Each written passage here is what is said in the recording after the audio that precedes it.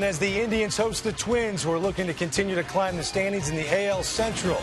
Time to get you out to Progressive Field. Twins second baseman Brian Dozier has been swinging a powerful bat of late, and his teammates hope that continues as they're trying to even the series against their divisional foe, the Cleveland Indians. Jason Kipnis and the rest of the tribe have other things in mind tonight, and they continue to roll here at home. And we welcome you to Baseball Night in America on Fox, a beautiful summer night in Cleveland, Ohio. The Twins and the Indians. Cleveland at 2 games over 500, winning the opener here last night, only 3 behind Detroit. And Minnesota 4 under, but just 6 behind the Tigers in the Central. And hi again, everybody, alongside the Hall of Famer, Bert Blyleven. I'm Tom Brenneman, welcoming you to Baseball on Fox. Bert, you see these Twins play every single day. They've had a very good week and starting to show some signs of picking it up offensively. Yeah, one guy that's really been picking it up, Tom, is Brian Dozier. 4 home runs over his last 5 ball games, something that the Twins need, second in the last in home runs. Of course, normally with the Twins, you're thinking Mauer, Morneau, and hoping to get some help from some other guys in this lineup. Meanwhile, for Cleveland, perhaps a surprise to many teams at 2 games over.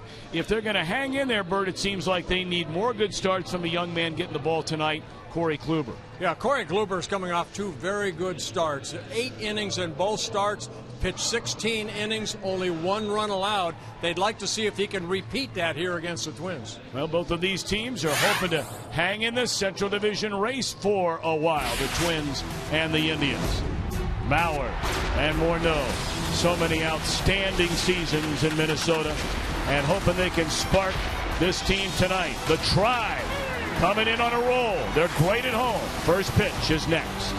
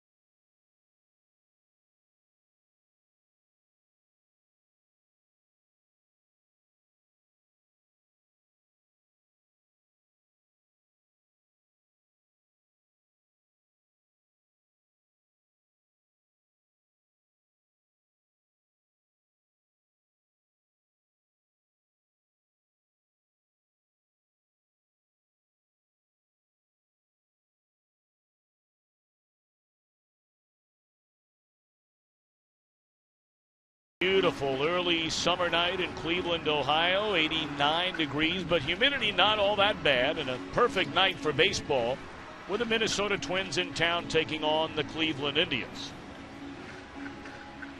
A short while ago, the Cleveland Indians conducting their Hall of Fame induction over this weekend.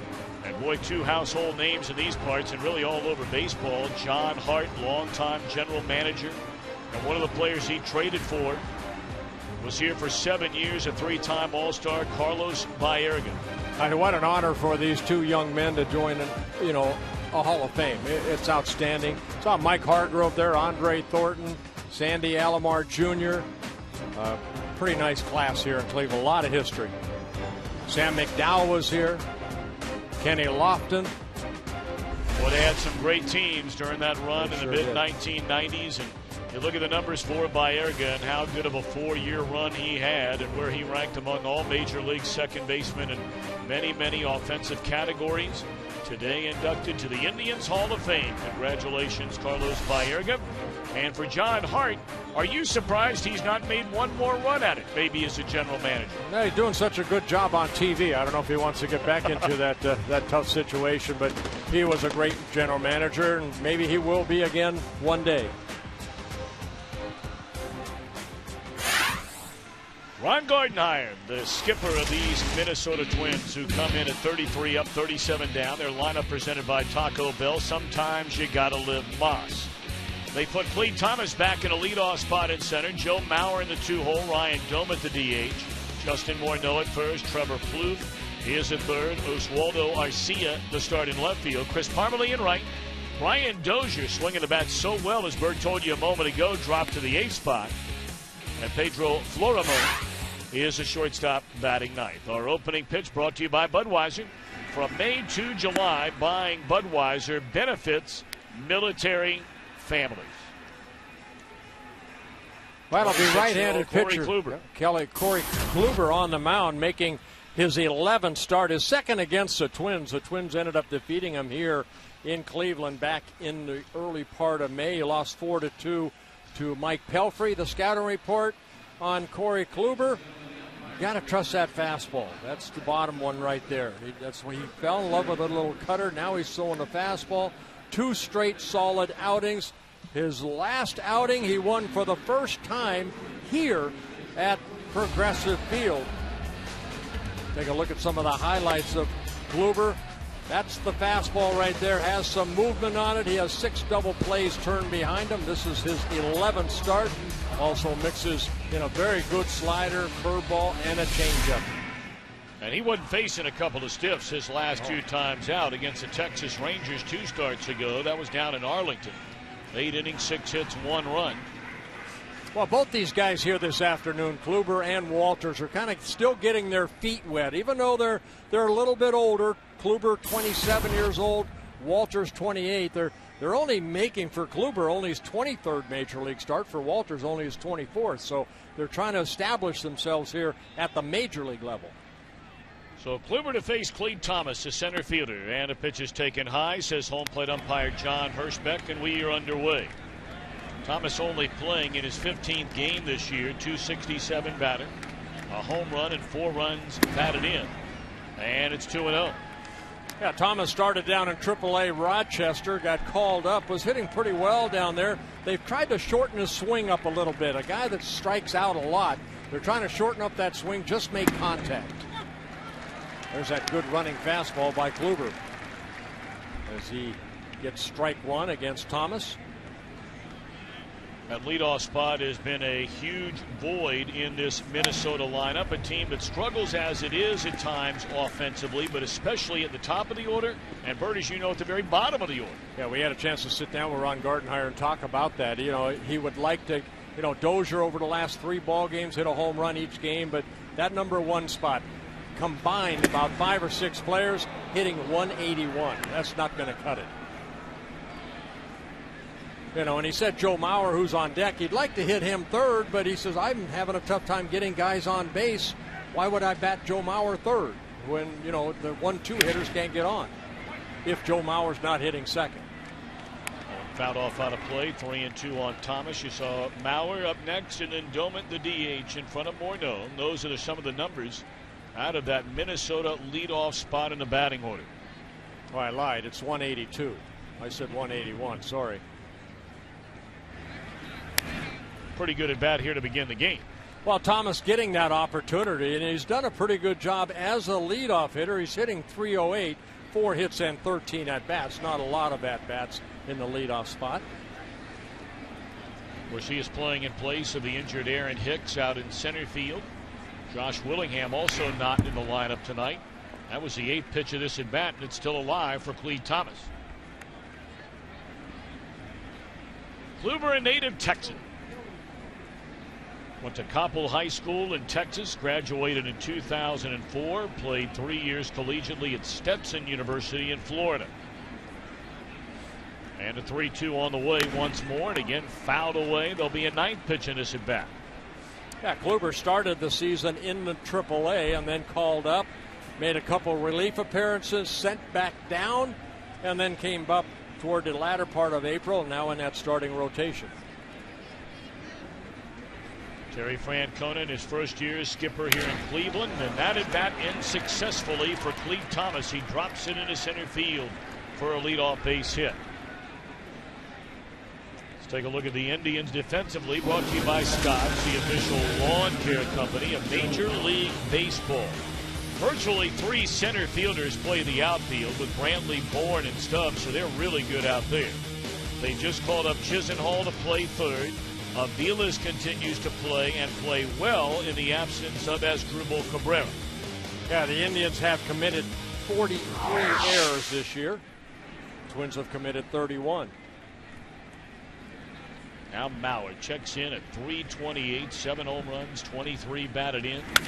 High into deep right center field, and that baby will fly way out of here.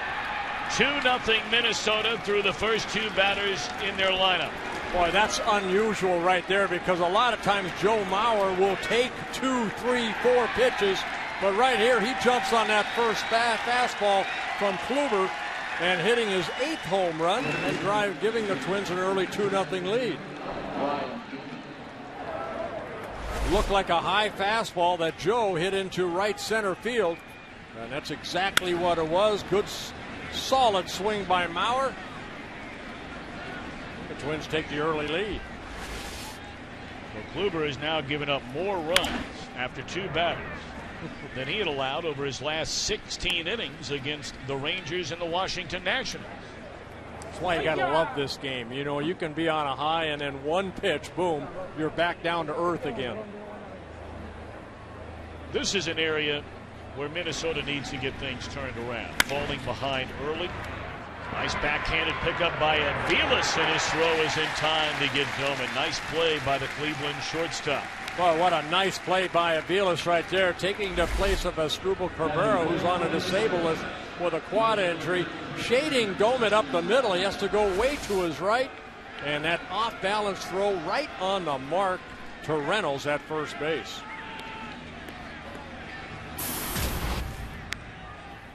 So now Justin Morneau homered earlier in the week, went 189 plate appearances without a home run, but he is driving in runs. He's got 42 RBIs despite just the 3 home runs and carries a .284 average.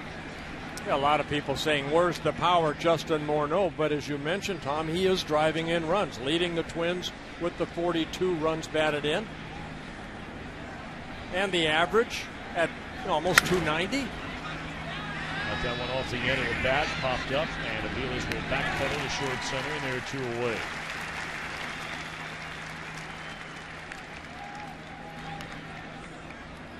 Now the third baseman, Trevor Plouffe, converted shortstop, has missed time twice this year. You may remember he had a concussion earlier in the season after a collision with Atlanta second baseman Dan Uggla. Uggla's knee hitting Plouffe in the head. So he had a sit-out time there and then injured his calf for a second straight year. Yeah, they were ready to activate him in late May, and then he was warming up to get ready for the ball game and then injured his calf, and they put him back on a disabled list. Activated on June 15th. At his first game back, he hit a home run, had 3 hits, knocked in 3 runs. On his birthday. It's a good day. His 27th birthday, yeah. I said on that day he should have birthdays every day. Every day's your birthday. It is mine.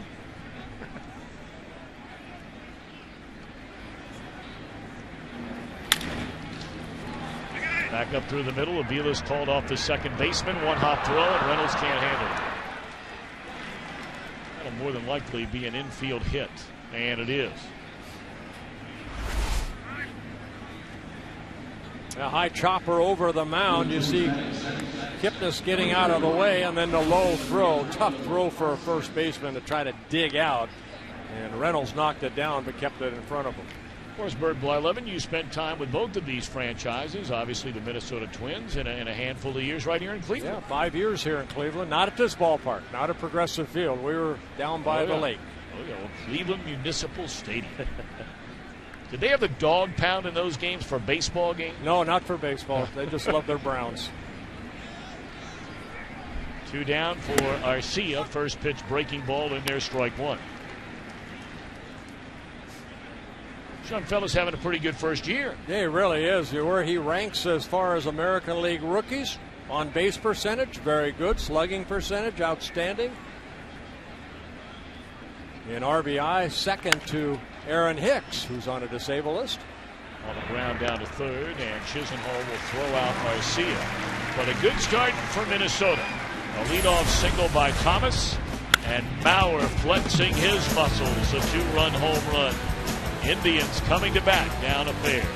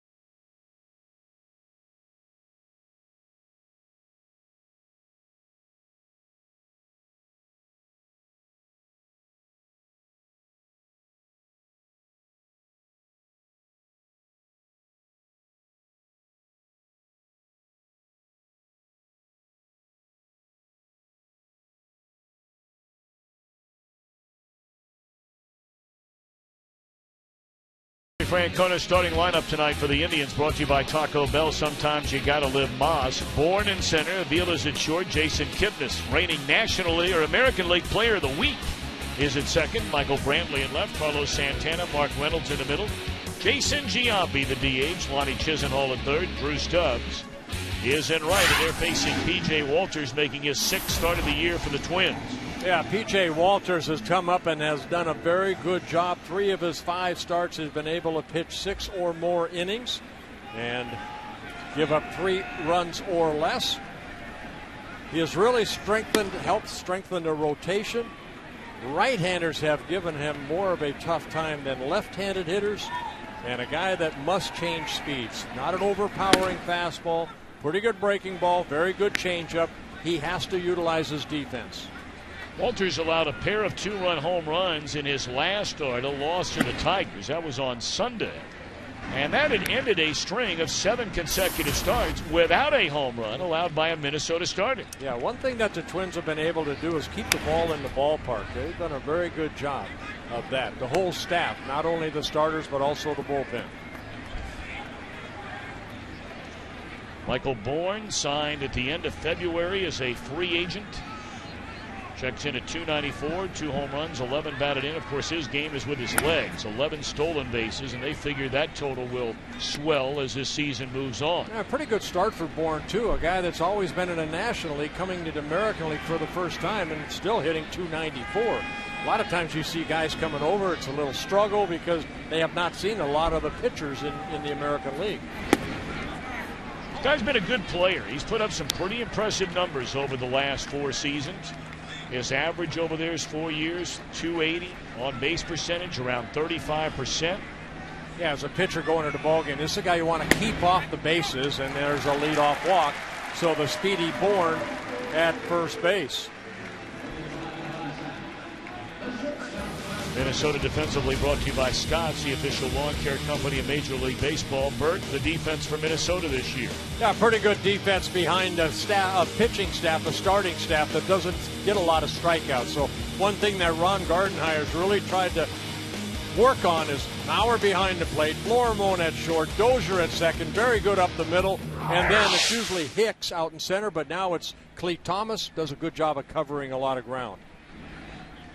Here's Avila, as we mentioned, filling in for Asdrubal Cabrera, and done a good job in the field and a good job at the plate. 273 batters, 4 home runs, 23 runs batted in.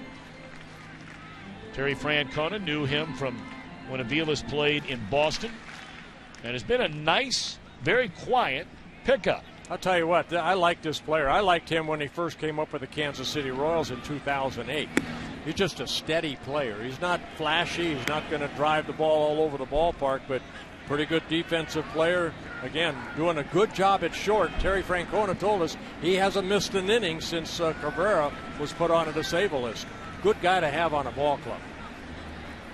Obviously, Walters going to keep an eye on Bourne. Ron Gardenhire felt like Walters does a good job in trying to slow down that running game. He nearly threw that one away. And, of course, the first baseman, Morneau, is looking right into the sun. Yeah, Bourne with 11 stolen bases in 15 attempts, and only 1 stolen base attempt against Walters, and that was successful. So pretty quick home.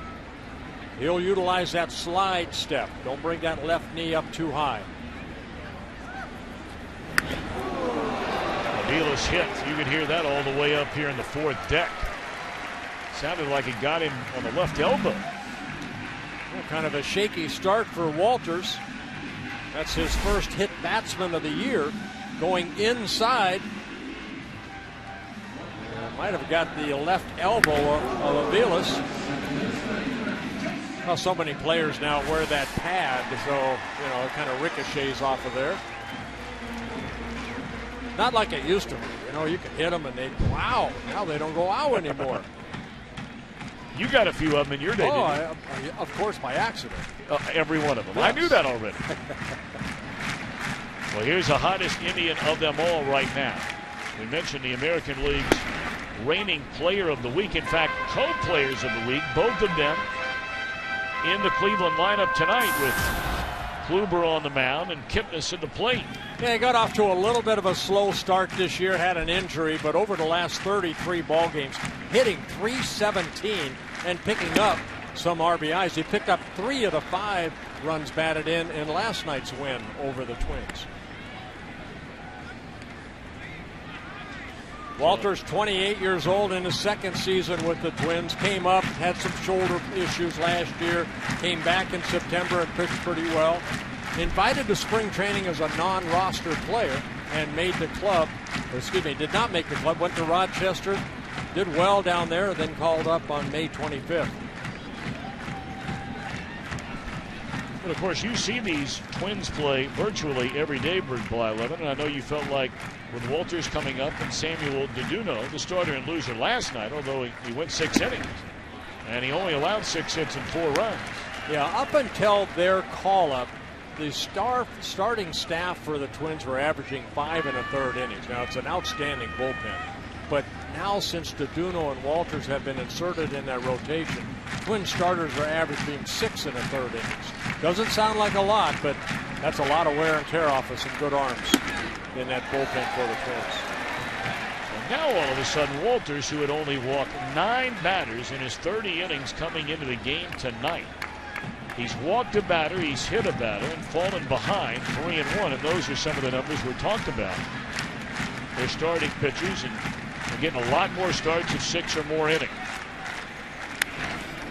3-2 to Kipnis. Well, Walters making his 3rd start against the Indians. All 3 starts now have been here at Progressive Field in Cleveland. Now, he's got no decisions in his 2 prior starts last year. Twins won both of them, but he didn't pitch all that well. An ERA at 5.79 coming into this ballgame against the Indians.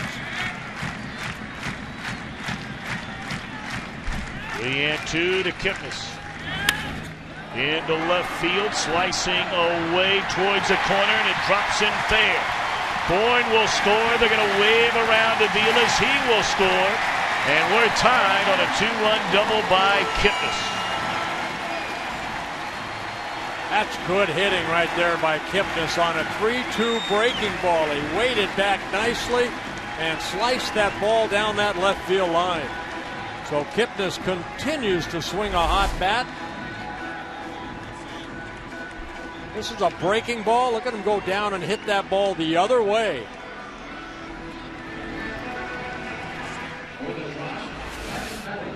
Garcia fighting that ball in the corner, got it back in, but a 2-run double for Jason Kipnis. That gives Kipnis now 40 runs batted in. That is second most on the team, second only to Mark Reynolds. In his 6 starts, now 7 runs allowed in the opening inning by Walters, and he faces Michael Brantley.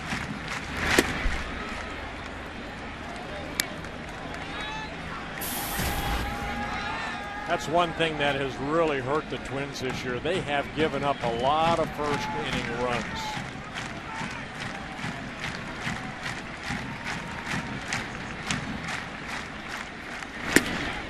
Falling behind another batter is Walters, 2-0.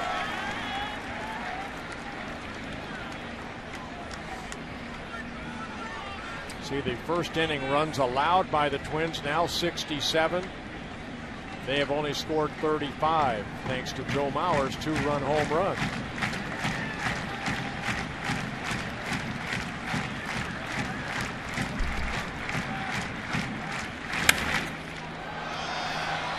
Short center field. This will not advance Kipnis second to third. He'll bluff the tag as Thomas fires into the cutoff man Florimon. 1 out in the inning.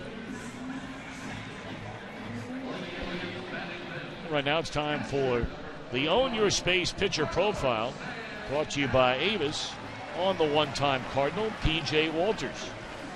Yeah, P.J. Walters' last road start in Kansas City, pitched very well.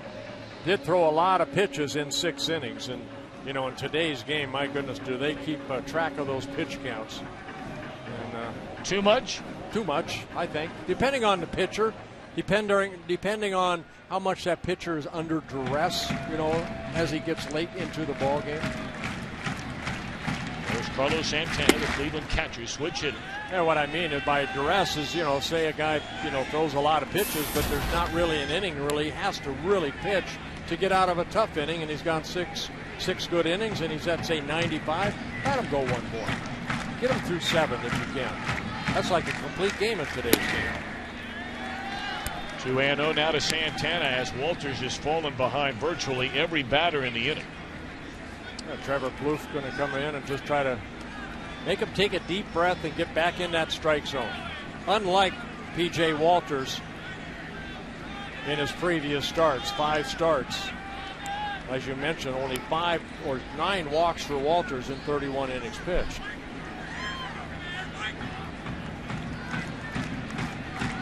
Santana with 10 home runs, 32 runs batted in, carries a .277 batting average. And that one rolled over foul. You know, we make so much, Bert, about, you know, righty versus lefty, lefty versus righty, home, road, so statistical based. We continue to get more and more. Did you think it was a big deal, home and road, when you took the mound? No, you just go out there and try to do the best you can.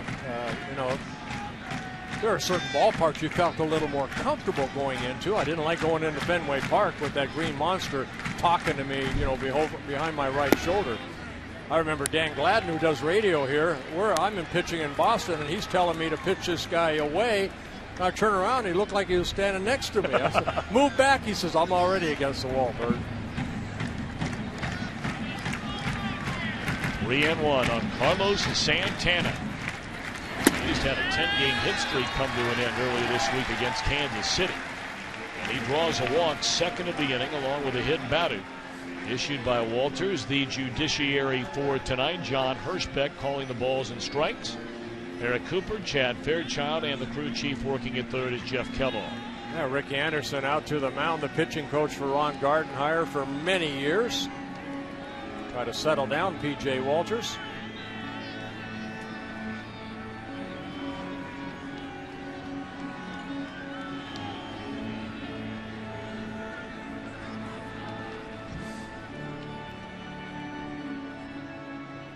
While we have a moment, let's take a peek ahead to baseball night in America again in prime time next Saturday night.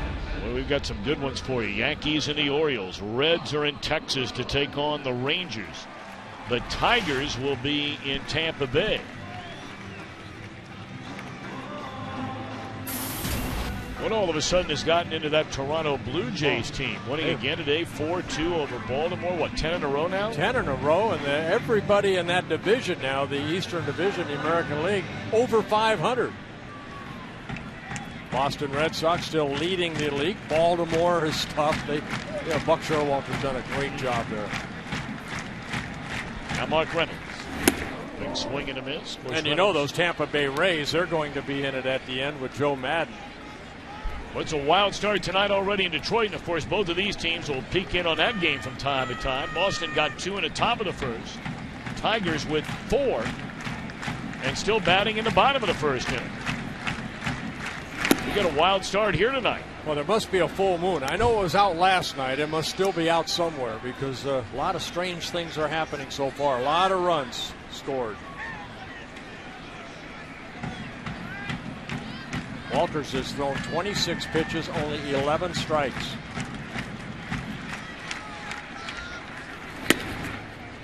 One and two on Reynolds, who's played most of the year at third base. They brought him in as a free agent during the offseason. From 2008 through 2012 with Arizona, Reynolds hit the 8th most home runs among all players in Major League Baseball. He's been a home run guy or a big swing and a miss guy. And unfortunately for him and the Indians, after hitting some home runs and driving in some big runs early, there's been a lot more swinging and missing going on lately. Wow, he's a .235 career hitter with almost 200 home runs, and that's part of his game. Almost you look at a small version of Adam Dunn, you know. When he hits it, it goes a long way, and sometimes he swings and misses. Led the National League in strikeouts 3 times from 2008 to 2010 when he was with the Diamondbacks. Of course, that includes a Major League Baseball single-season record in 2009 in Arizona. I hope a lot of them are swinging. Go down swinging. Here's we're swinging. Pretty good eye there not to chase that breaking ball away, so the count goes full on Reynolds.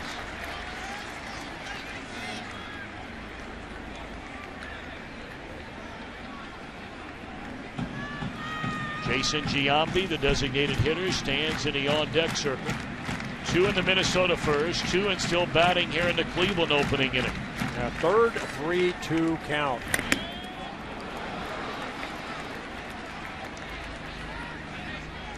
So P.J. Walters getting a workout here in the first inning.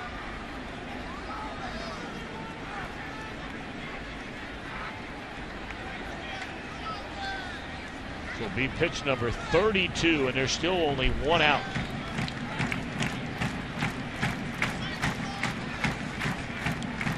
Santana on at first. Up the trail and around the bend after a 2-run double is Kipnis. And once more the 3-2 on Reynolds. They are loaded.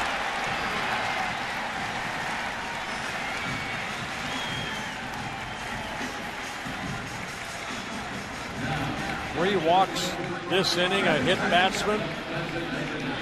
And there's just one out.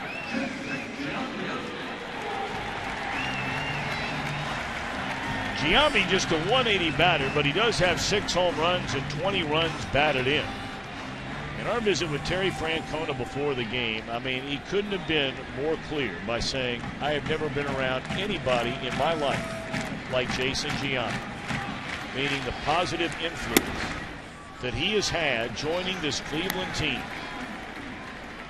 And well, you know, how delighted he is to manage this guy. Yeah, he and Walt Weiss were teammates, you know, in Oakland, and Walt Weiss, you know, thought about him managing the Colorado Rockies because of his personality and the way he treats other people and his communication skills. Pretty nice words coming from Terry Francona. That's high praise. Terry Francona has been around this game a long, long time. Of course, he grew up in this game. His father played the big leagues, Tito Francona, for a long, long time, including 5 years here in Cleveland. We asked him before the game, you know, do you remember much about, you know, growing up or spending any time here in Cleveland? He said, I was born in '59. My dad left after '64. But he ran into Joe Askew at an old-timers event here in Cleveland. And Joe Askew walked up to him and said, you'll never remember this. And Terry said, yeah, I will. Your wife used to make me hot chocolate before every game. And Joe said, how in the world did you remember that? In an interesting twist, our colleague on Fox, Bob Brenly, he was the president of the Tito Francona fan club growing up as a kid in Coshocton, Ohio. 2-1 to Giambi. What do you get when you're president of a fan club? Do you have to send out flyers or? He said when he notified Mr. Francona that he was the president of his fan club, he received a beautiful, you know, autograph. That Tito took care of him, and he said that's all a kid could ever want. Well, and Walters needing a compass to find the strike zone. On that pitch, not missing by much, but when you're kind of all over the place, and John Hirschbeck has been known to have a pretty nice strike zone, but if you're not hitting your spots on a consistent basis, that ball may be a little bit high. A 3-ball count to now 5 hitters in the inning, 3-1. And it's ball 4 to walk in a run. And it's 3-2 Cleveland here in the opening inning with still just 1 out. Well, Giambi will get an RBI with that bases loaded walk, his 21st.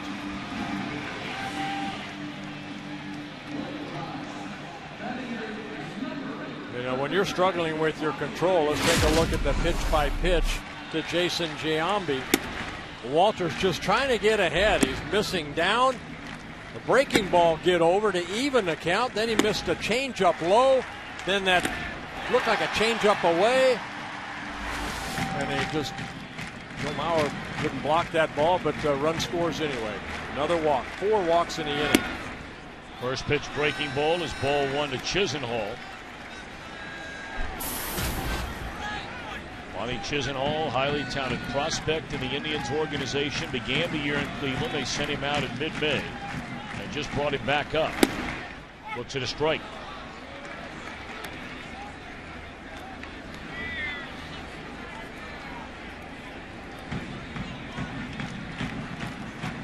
"25 times in his career, Giambi has drawn a walk with the bases loaded. He's always been a very patient hitter.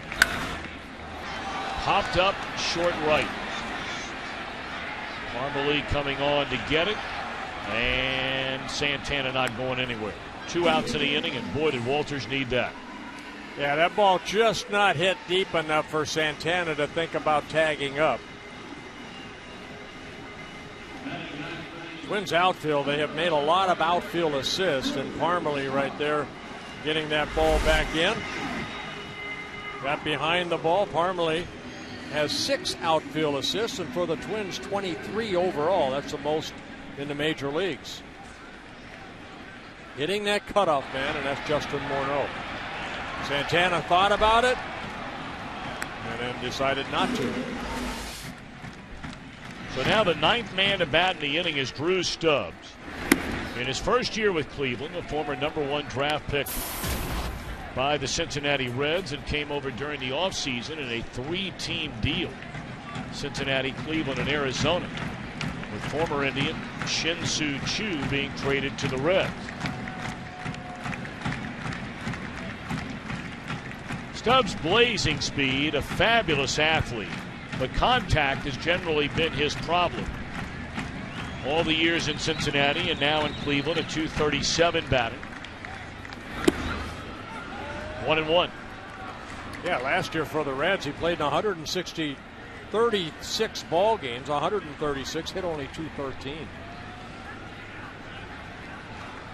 Has some pop in his bat. 64 career home runs.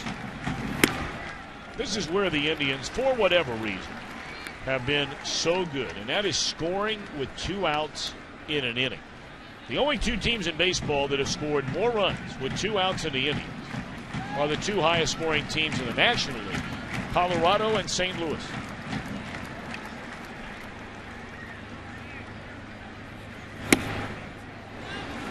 Three and 1 to Stubbs.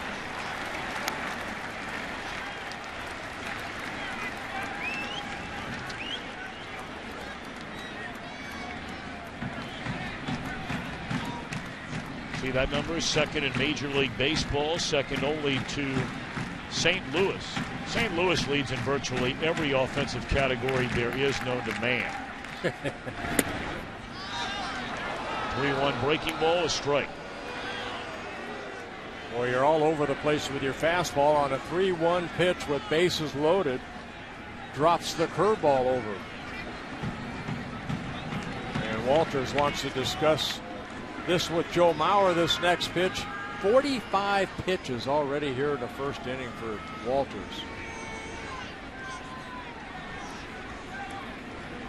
Well, he's trying to survive. If he can get out of this inning with everything he has been through, a 3-run inning, while not ideal, keeps you in the ball game. Hey, you say you're only down by 1 run, thanks to Mauer's home run.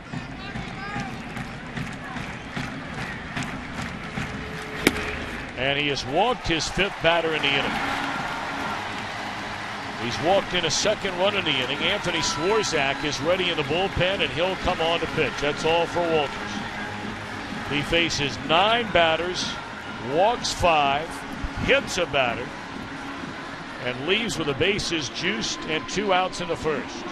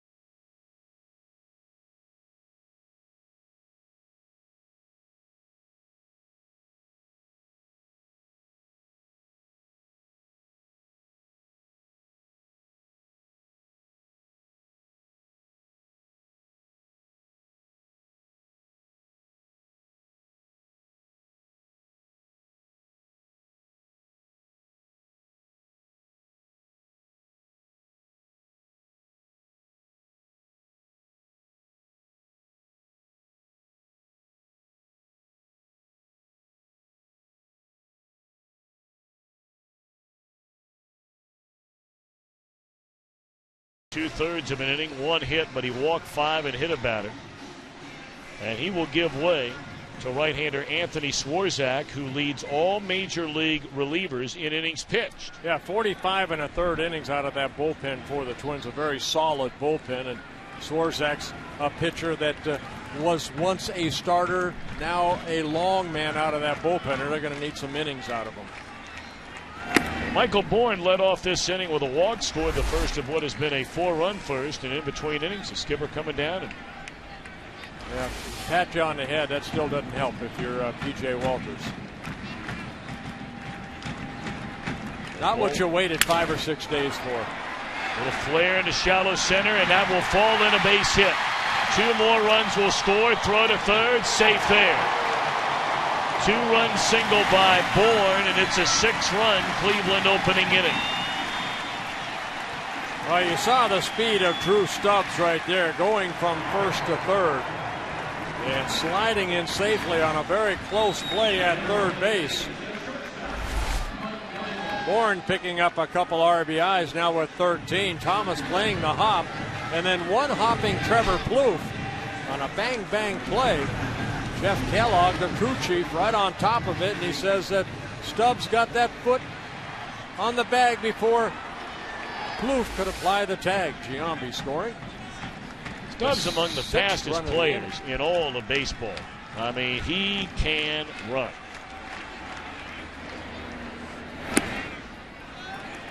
Avila's hit by a pitch earlier in this inning and scored.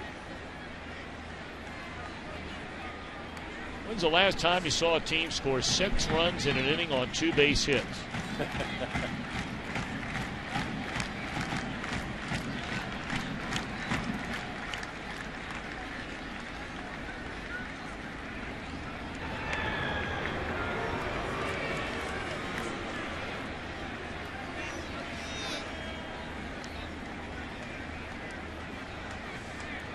There is something about this Cleveland team, though, here at home. They play very, very well. They're 23 and 14. That's the 3rd best home record in the American League behind Detroit and Oakland.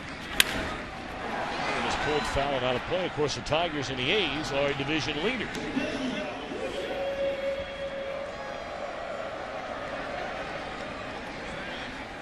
And just like the Indians, their Tigers are winning because they're playing well at home. Tigers are 24 and 13 at home. And they're ahead of Boston in the 2nd inning, 4-2.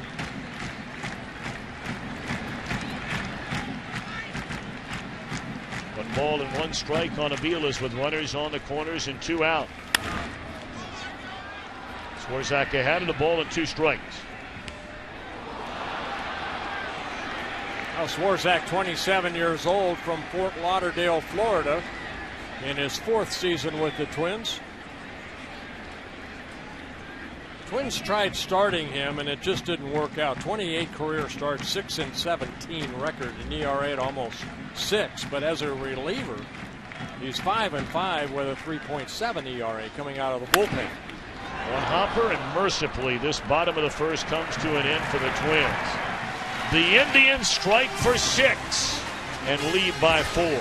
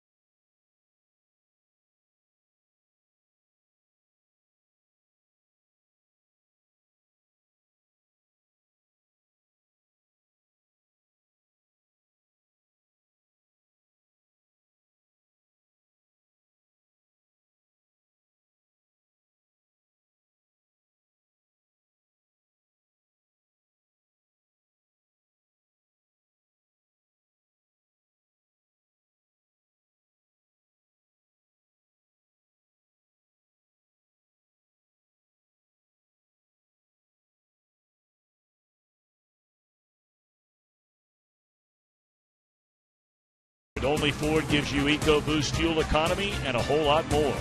And by Taco Bell, sometimes you gotta live Moss.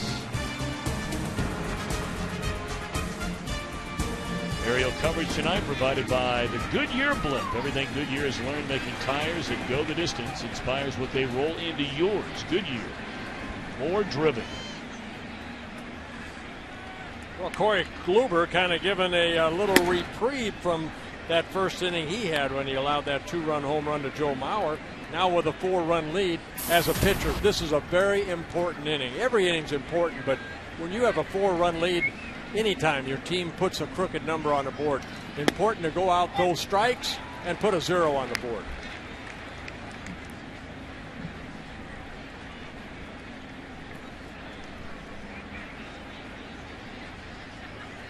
Chris Parmalee, a .222 batter, 5 home runs and 14 runs batted in. Grew up in Chino Hills, California. Graduated from high school there. Committed originally to Cal State Fullerton and decided to sign with the Twins. That ball hit hard in a deep left center, and Bourne will run it down. All right, Mr. Blyleven, let's take a look at our Ford keys to the game tonight.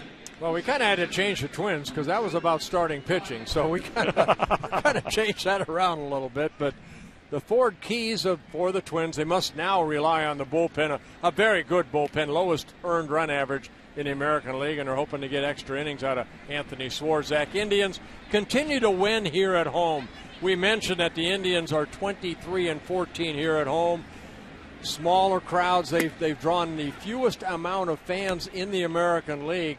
Last year they're off to a good start, and then the ship sunk, and fans kind of stayed away. And what Terry Francona is hoping that the Indians can continue to win here and bring the fans back into this beautiful ballpark. Well, you got to earn them back. Yes. I mean, folks out there, doesn't matter where you live in the economy, and everybody going through everything they've been through, and still a very, very poor economy overall. There's a liner into left field and caught. Sinking line drive by Michael Brantley. And it's time to take a game break. Let's send it back to our MLB Network studio. Tom, thank you very much. Max Scherzer's trying to improve his record to 11-0, but he's down 2-0 until Victor Martinez connects for his 3rd career Grand Slam. It's 4-2 Tigers. Remember, Detroit only 3 games up on the Indians in the AL Central. Tom Burt, back to you in Cleveland. Greg Amsinger, thank you very much. We'll be checking in with you throughout the rest of the night. 2 up and 2 down. Anyway, getting back to the whole thing about the crowd. I mean, when you've had some down years, and the Indians have had some down years since they're great clubs in the mid-'90s, and they had a couple of decent teams since then. But you got to win them back. Yeah, you really do. I don't care where you play. Unless you're in Boston, New York, they always seem to come out. But then you look at them, they're always in the top of their division, too. So they create that fan interest of just a community saying, hey, you going to the ball game? No, I'm not going to go see those guys. But instead, you want it to be, I want to go see the Indians play. They're playing very well. At one time, you can see 455 consecutive sellouts here in Cleveland. There's a rocket into right center, and it's off the glove of Stubbs. And racing into second base and sliding in there safely is Pedro Florimon, and we'll see how they score that. I mean, Stubbs went a long way to get it, but he did have it in the glove, and they scored a double. Yeah, it looked like Stubbs right here thought he had it, took a couple steps, and the ball just fell out like a snow cone. And Bourne has to back it up and get it back in, and they will give Florimon a double. 4th hit of the ball game for the Twins. Florimon's 9th of the year. Now, Minnesota hitting the ball very hard against Kluber here in this 2nd inning. A line out to center, a line out to left, a line drive there that goes for a double. And now Thomas, who led off the game with a single and scored on the Joe Mauer home run. He looks at ball 1.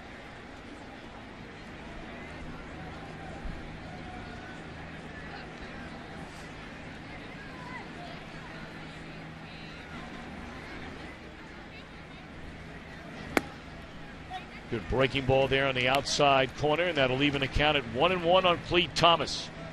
Yeah, Thomas originally signed by the Tigers back in 2005. Came up with the Tigers in 2008. Up and down for about 3 different seasons.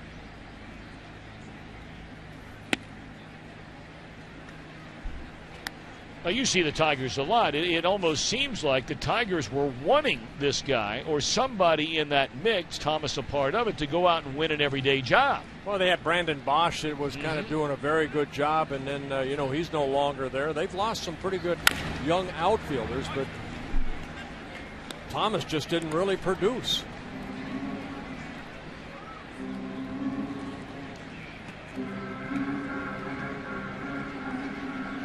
We mentioned earlier that right now Thomas is getting a chance to get in that lineup with Aaron Hicks out injured, but Hicks will be coming back. Yeah, he's about ready to start rehab, either down in Florida or AAA. Thomas gone swinging, and that's all for the Twins in the second. He hit a man left. Cleveland leading 6-2.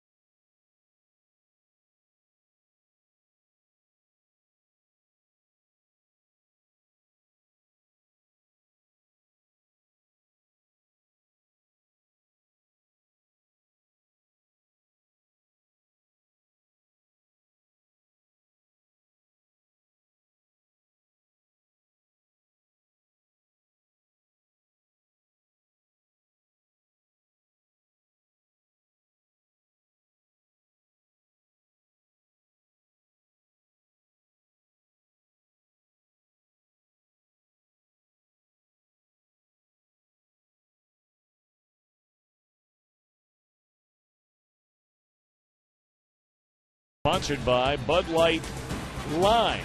Lime-A-Rita, and introducing new Strawberry-Rita.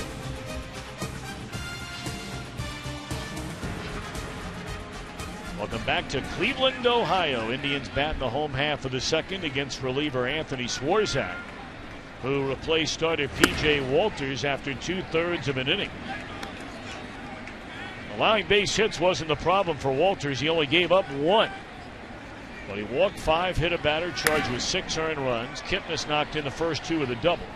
And kind enough to join us down in the Indians dugout right now, serving as their closer after doing such a great job setting up Chris Perez prior to Perez getting hurt, is Vinny Pestano. Vinny, how you doing?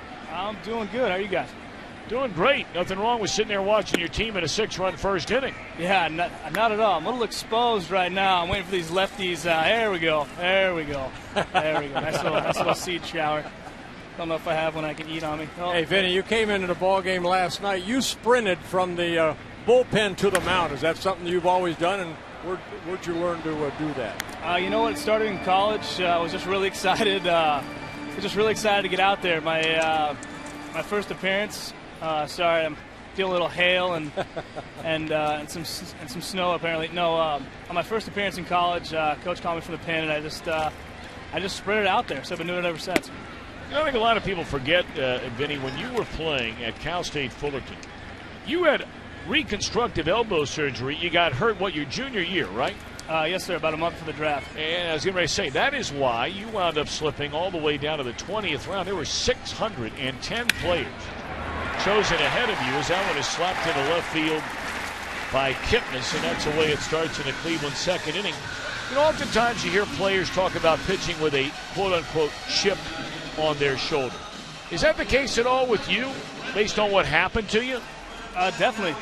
But you know what? It always hasn't been that. I was a sidearm right-hander, didn't really light up the radar gun. So, I was always trying to have to prove myself. And even when I got to pro ball, I stopped at every level. I had every rung on the ladder on the way up. So I always had to prove myself and put up numbers to get here. So once I got the opportunity, I definitely didn't want to give them a reason to send me anywhere else. Well, Vinny, now that you're in that closer role, it's not a new role for you. You did it, I believe you said you did it in Cal State Fullerton, and you've also done it in the minor leagues for the Indians.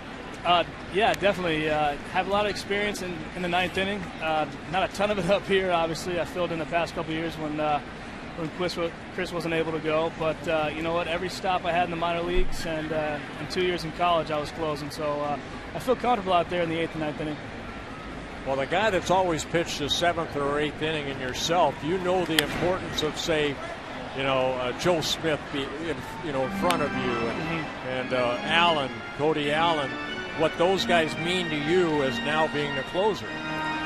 Definitely. I mean, those guys are definitely the unsung heroes, especially Joe Smith. The work he's been able to do the past couple of years down there, handing the ball to me so I can get the ball to CP, and you know what? It just worked out really well. But Joe, and then obviously the emergency Cody Allen this year has done a great job. Now, you pitched in the WBC. How was that experience? I had a blast doing it. I had an awesome time. It was something that I set my sights on right before, right at the end of last season. I set my sights on trying to be a part of it. I was happy to get that phone call from Joe Torre asking me to be on the team.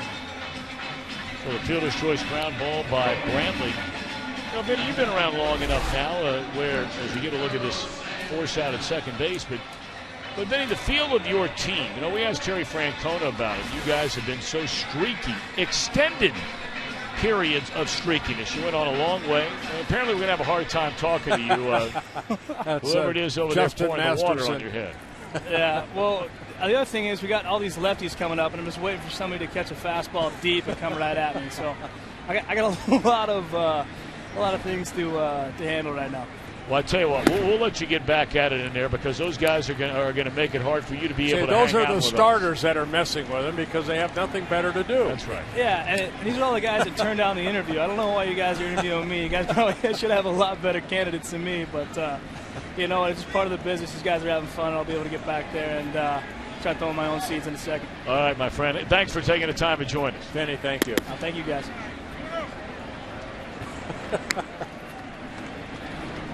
2-0 to count on Carlos Santana. Justin Masterson. That's what starters do when they don't, pitch in a ball game. They sit at the end of the dugout and look for somebody to just fool with.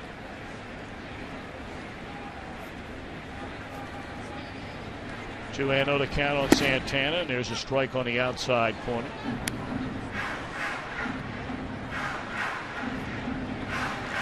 Tell you what, we had Adam Wainwright on last year one day for the Cardinals. A couple of his teammates started doing that, and when that half inning was over, he made it very clear that it never happened again.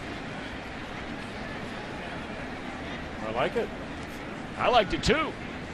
2-1 to count on Carlos Santana. Big swing and a miss. Well, Swarzak has a good fastball, pretty good curveball, slider, changeup. That's why the Twins thought that he could be a starter when he first came up. But he's one of these guys that maybe once, twice through the lineup, and then you want to bring in somebody else. The 5 walks in the first inning is the most by a Minnesota team since June of 1975 when Joe Decker walked.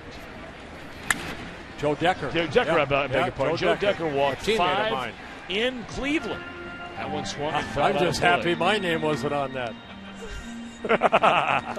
Come on. I had a game in Baltimore. I walked the first 3 batters. I called timeout, had the home plate umpire come out, and I said, "This mound is tilted."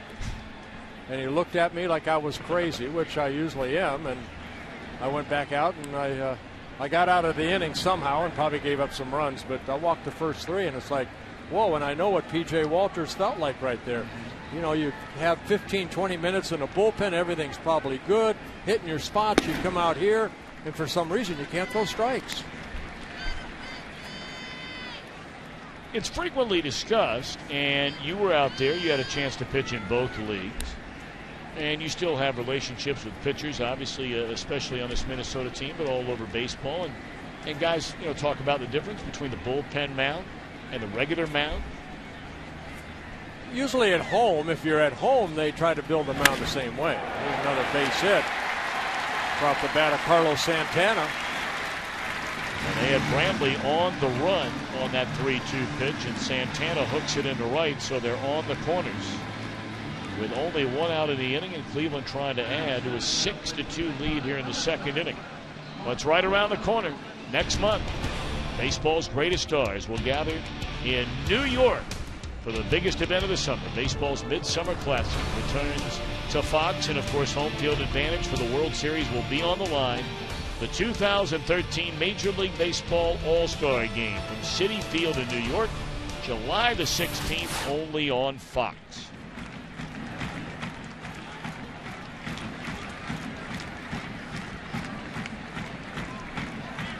On the corners for Mark Reynolds. He walked and scored in that 6-run first. Or didn't.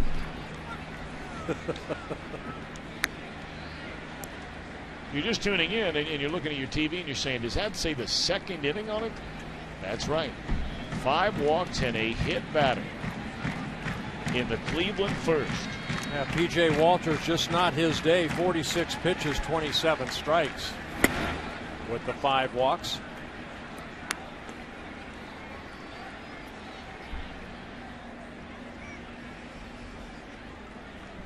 Tell you the way things are going right now in that American League fan balloting for the All-Star game. That's starting to look a lot like a Baltimore Orioles home game for the American League team. How about the year that Chris Davis is having? Unbelievable. He's the leading vote getter over at first. You see teammates Hardy, Jones, Markakis, all the leading vote getter. Joe Mauer from the Twins leading at the catcher's position. Going on 3 pitches is Reynolds. And that's a big strikeout. We talked in his first at bat. Mark Reynolds does swing and miss a lot. And that's exactly what the Twins needed. Swarzak needed a strikeout for the second out of the inning. Runners at first and third. Now 2 outs. And that'll bring up Giambi, who drew a bases loaded walk 1 inning ago. Well, you're talking about Davis, but I think all of us just continue to marvel at the kind of year again Miguel Cabrera's having. 368 batting average, 20 home runs, being overshadowed by the 27 of Davis, but 74 runs batted in and leads the league in hits. Yeah, if it wasn't for Chris Davis, you'd be saying we might win the Triple Crown again, back-to-back years. And I still wouldn't bet against it. No. I mean, Davis has had a great first couple of months, but Cabrera's been known to finish strong. Yes, he has. You can see where he is in home runs, now 7 behind Davis, but still 5 runs more as far as driving in runs, and both of them having great years. A great year. 1-1 to Giambi. I mean, you're Davis. You're hitting .339, and that other cat's hitting nearly 30 points better than you are.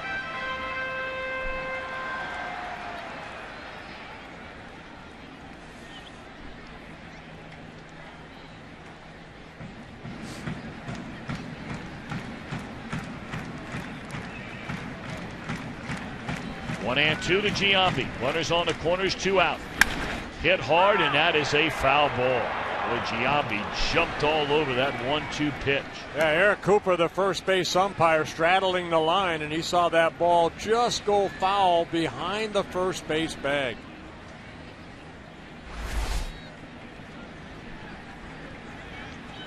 See the angle that we have, and that's what Cooper's looking at, and the ball foul. Would have been extra bases maybe for Giambi.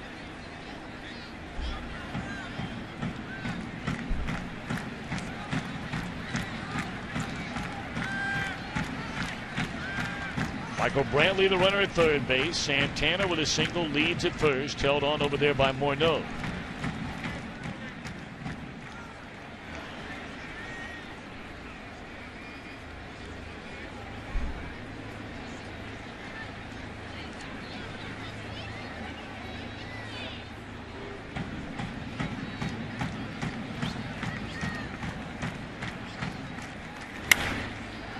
once more fouled off out of play. Giambi, 42 years old. This is his 19th season playing Major League Baseball. Came up with the Oakland A's back in '95. Also with the Yankees. Back to Oakland, then Colorado, then coming over here to Cleveland. 2000 American League MVP when he was with the Oakland A's. Most valuable player. On some mighty good teams out there with the Athletics, with Miguel Tejada and the front three and the pitching staff. Swung on and fouled back out of play, but they just could not get through that opening round of the playoffs. See 435 career home runs. That will, forever be tainted. Well, he never came out and said, I use steroids, the whole PED and performance-enhancing drug scandal. That really, Giambi just laid it all out there on the open, admitted everything. And many believe that is why he has been accepted and welcomed back by and large by most fans around baseball, because he wasn't trying to cover anything up. Terry Francona telling us that, the big part when he was in New York, that Derek Jeter kind of went on his side, his corner. And that kind of took, a lot of the burden, Giambi said, off of his shoulders. When the captain of the Yankees says, you know what, it is what it is. He accepted. He was truthful. He was honest. Now let's move on. And that's exactly what Giambi's done. And baseball's trying to do. And a long at bat here for Giambi against Swarzak.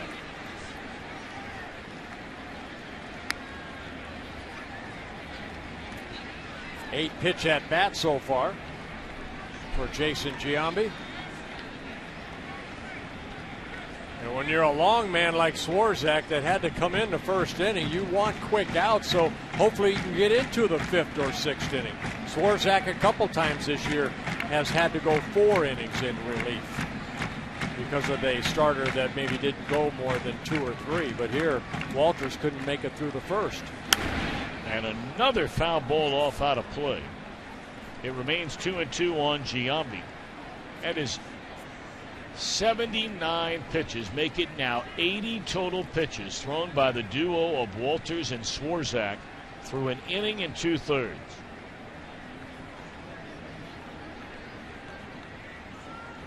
I don't think they kept pitch counts up until, I think, starting 1988, somewhere in there, where you can go back on and look at the pitch counts. As you mentioned, now everything's a numbers game. In the air, short left center, and that will be all for the Indians in a scoreless second inning. Joe Mauer homered his first time up. He'll start things in the third. We're back to Cleveland after a word from your local Fox station.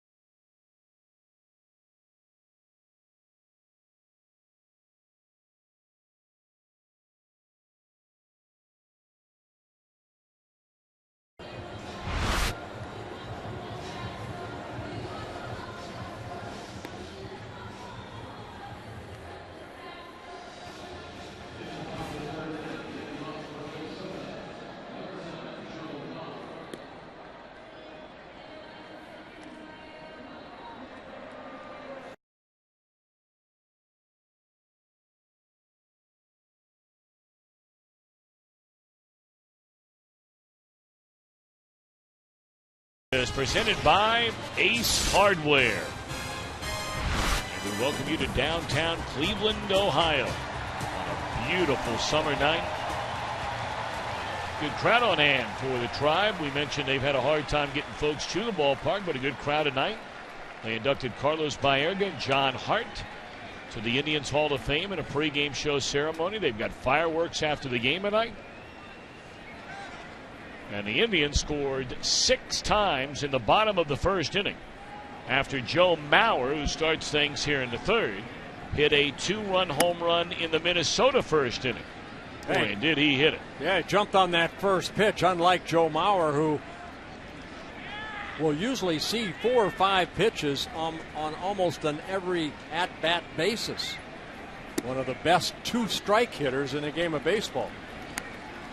Of course, a local kid, grew up in St. Paul.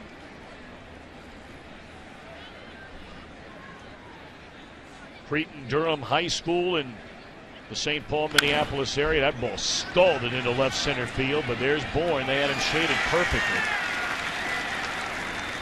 Mauer retired for the first out of the inning. Let's check out the Fox Sports 1 fan cam. How about this? Love is in the air. They're so excited about America's new sports network, Fox Sports 1, coming August the 17th. And we congratulate bride and groom, Jennifer and now Adam O'Donish. Congratulations. They took some really cool pictures. You and I were here very early today, saw them, the entire wedding party, taking pictures around home plate. Did you ever consider getting married? I was just going to ask you that. No. How about yourself? No, but you were a ball player. I mean, I'm just some stiff up here in the booth. No. I remember the only guy I've ever heard about it that's in baseball, Don Zimmer. He got married, if I remember right, that was Elmira, New York. If I remember correctly. And he That's got where all married the players right have the plate. bat. That's right. Walk Underneath. That's right. That's what they did. Well, one of the great characters and great people in the history of the game, Don Zimmer. Very nice man. He's still, I believe, the eye in the sky or assistant coach to Joe Madden down in Tampa. Get to see him once in a while. Always that big smile on his face. Oh, yeah. Swing and a miss. Of course, for many, many years, he had a chance to work with his old high school buddy. They're native Buckeyes.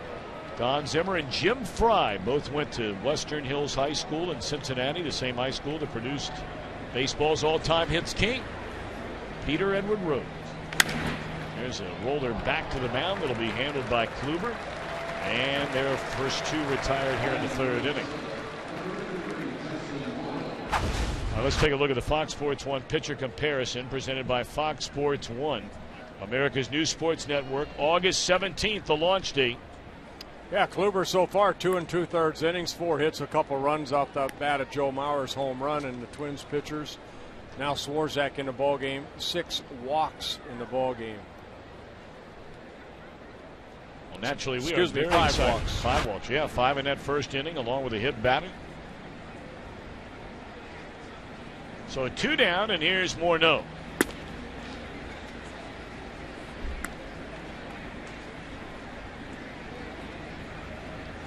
Morneau popped up to the shortstop. Avila's his first time up.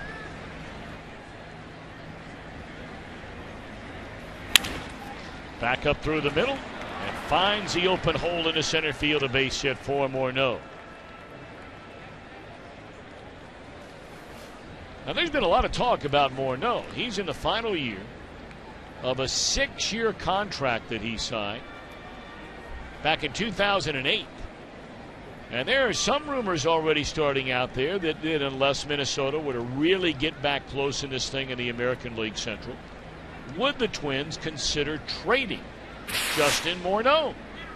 Well, you're going to lose him to free agency. Does he want to re-sign with Minnesota if they offer him a contract? So, the Twins right now, we had a chance to sit with Gardy about the minor league system. It's getting stronger and stronger. And, you can, and I'm just saying, you can trade a guy like Justin, get some young, talented kids for him, maybe at the All-Star break. Don't know. I think the Twins have some decisions to make. See where they're at in the race, I'd say, toward the end of July, and then decide, maybe even later. It was very refreshing to hear Ron Gardenhire talking and so excited about those players coming up in the Twins organization. Of course, for so many years, they were, if not the model, they were one of the model franchises for the small market or mid-market club that had to do it the old-fashioned way about signing players, developing players, bringing those players in groups to the major leagues year after year to be able to contend. And he feels like the Twins are on their way to being that franchise again. Gone swinging his clue. We're going to the bottom of the third. Indians lead 6-2.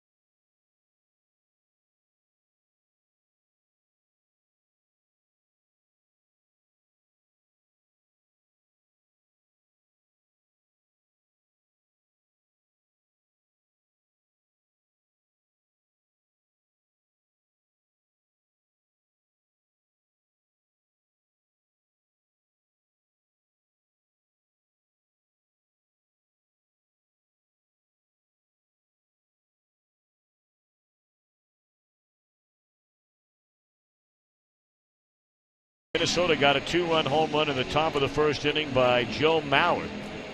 But 5 walks, a hit, batsman only 1 hit, leading to 6 runs eventually charged to P.J. Walters. So here comes Chisenhall to be followed by Drew Stubbs, and back to the top of the order in Michael Bourne in the Cleveland third. When we heard from Vinny Pestano over on the Cleveland side a little while ago, and kind enough to join us.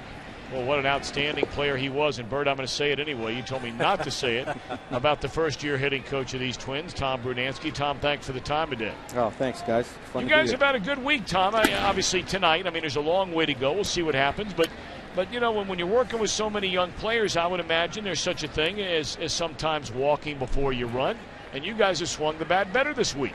We've gotten better. You know, there is certainly a learning curve here, and we got younger guys in the lineup that are going through their growing pains, and they're experiencing situations for the first time that, you know, they're going to have some failure before they have some success, and now they're starting to feel a little bit better about what they're doing and their work and everything. So that's nice to see that we're starting to see some of those rewards.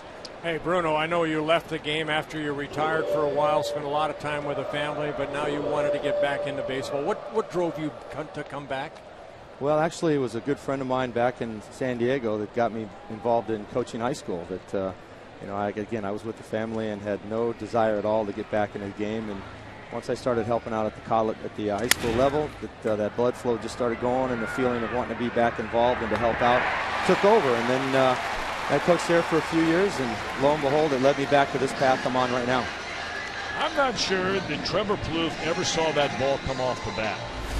Well, I got jammed right here, and Trevor Plouffe came in and didn't really get a lot on that throw. That's always a tough play for that third baseman to come in. You see him hesitate right there for a second, and then to throw a little bit up the line. Yeah, that reaction is why I felt like I'm not sure he ever saw it. Well, you know, you pitch a guy in, you expect him to, you know, hit it the other way. So Chisenhall gets an infield base hit, 5th hit for the Indians. Hey, Bruno, in a ball game like this, what do you tell the guys? I mean, you're down by 4 runs, and Twins have found themselves really this year down a lot early. How do you tell these guys to keep battling? Well, you know, that's part of the game as well. But the thing I like to stress is I want them to continue to have quality at-bats. If we put the quality at-bat in front of the result, then you know we'll pick up a couple runs. And that's all you need to do is just scratch out 1 here, 2 there. Then the next thing you find out that you're right back into the ball game, and now all of a sudden it's a good situation to be aggressive. But, you know, so right now I don't want them to change their game plan. I want us to go out there and still work the count, take those quality at-bats, and put something on the board. We're hitting the ball well. We've hit a lot of line drives already right at some guys, so we're just waiting for those to drop and put a few points on the board. Bruno, a lot of people probably ask you, coaching Joe Mauer, your first year as hitting coach, how's that relationship been, and is there something that you see in Joe that you tell him from time to time, or how do you try to manage him? Well, the first thing I do is get a relationship with the veterans. Most of the younger guys I've seen a little bit, so I have an idea what their work ethic is, some of the drill sets they have, and some of their faults. But with the veteran guys, it's just you ask a lot of questions, you build up a relationship to start to get a trust to go both ways with that, and then you start watching and you ask them what drills they like to do and things that they feel when they're going well and when they're not going well. And with that, next thing you know, you start to pick up a few things, and once you build that relationship, then all of a sudden it becomes real easy. It's just communication. You know, we were talking as there's a fielder's choice ground out by Stubbs, 1 away in the inning. We were talking on the other side with Terry Francona. He gets a job. And, you know, Bert had asked him about learning the personnel that he had inside this Indians organization. Now, you had a chance to see some of these younger players, but not a lot of time seeing these younger players. What's that learning curve been like for you? Well, actually, it's like I said, with the younger guys, it was easier for me because I did have a relationship with them. I saw them perform, obviously not at this level, which is another huge step in their career, but it helped because then all of a sudden you have that trust walking in the door. You know, you didn't have to build that type of relationship with them, and you already had a vision in their mind of what their swing was like. With the veteran guys, you know, you have to ask a lot of questions. You look at a lot of film, and thankfully, on my end, I've had Joe Vavra here and Scotty Olger here. I picked their brains quite a bit. I mean, this isn't just a one-dog guy here. We're going to go out there, and I'm certainly not going to be the naive to think that I can do it all by myself. And I sit there and ask these guys a lot, and we have conversed on a bunch of those guys, and it helps me learn and helps me get better at what I need to do. Hey, Bruno, I know when we were teammates with the Twins, and you know, I always saw the back of your number when you played right field when I pitched. But you know, we didn't have the video that you have today. Do you utilize that a lot? You know, it's there. It's part of the game. It's today's game. I utilize it, but I'm not big on it. I don't want our guys to dwell on it too much. Right. I know we get caught up in that because it's so readily available to go check and see what an umpire strike zone is or if they missed a pitch. But I think we use it more as a crutch as we do than a tool. So if we're going to use it as a tool to see where the catcher's going to set up, or if we're going to look at our swing and go back and check some stuff out from previous weeks or years, that's a good thing. You know, that's the nice stuff that we have available. But if you go back to look at it just to make sure you want to prove somebody right or wrong, then it's not really helping you too much.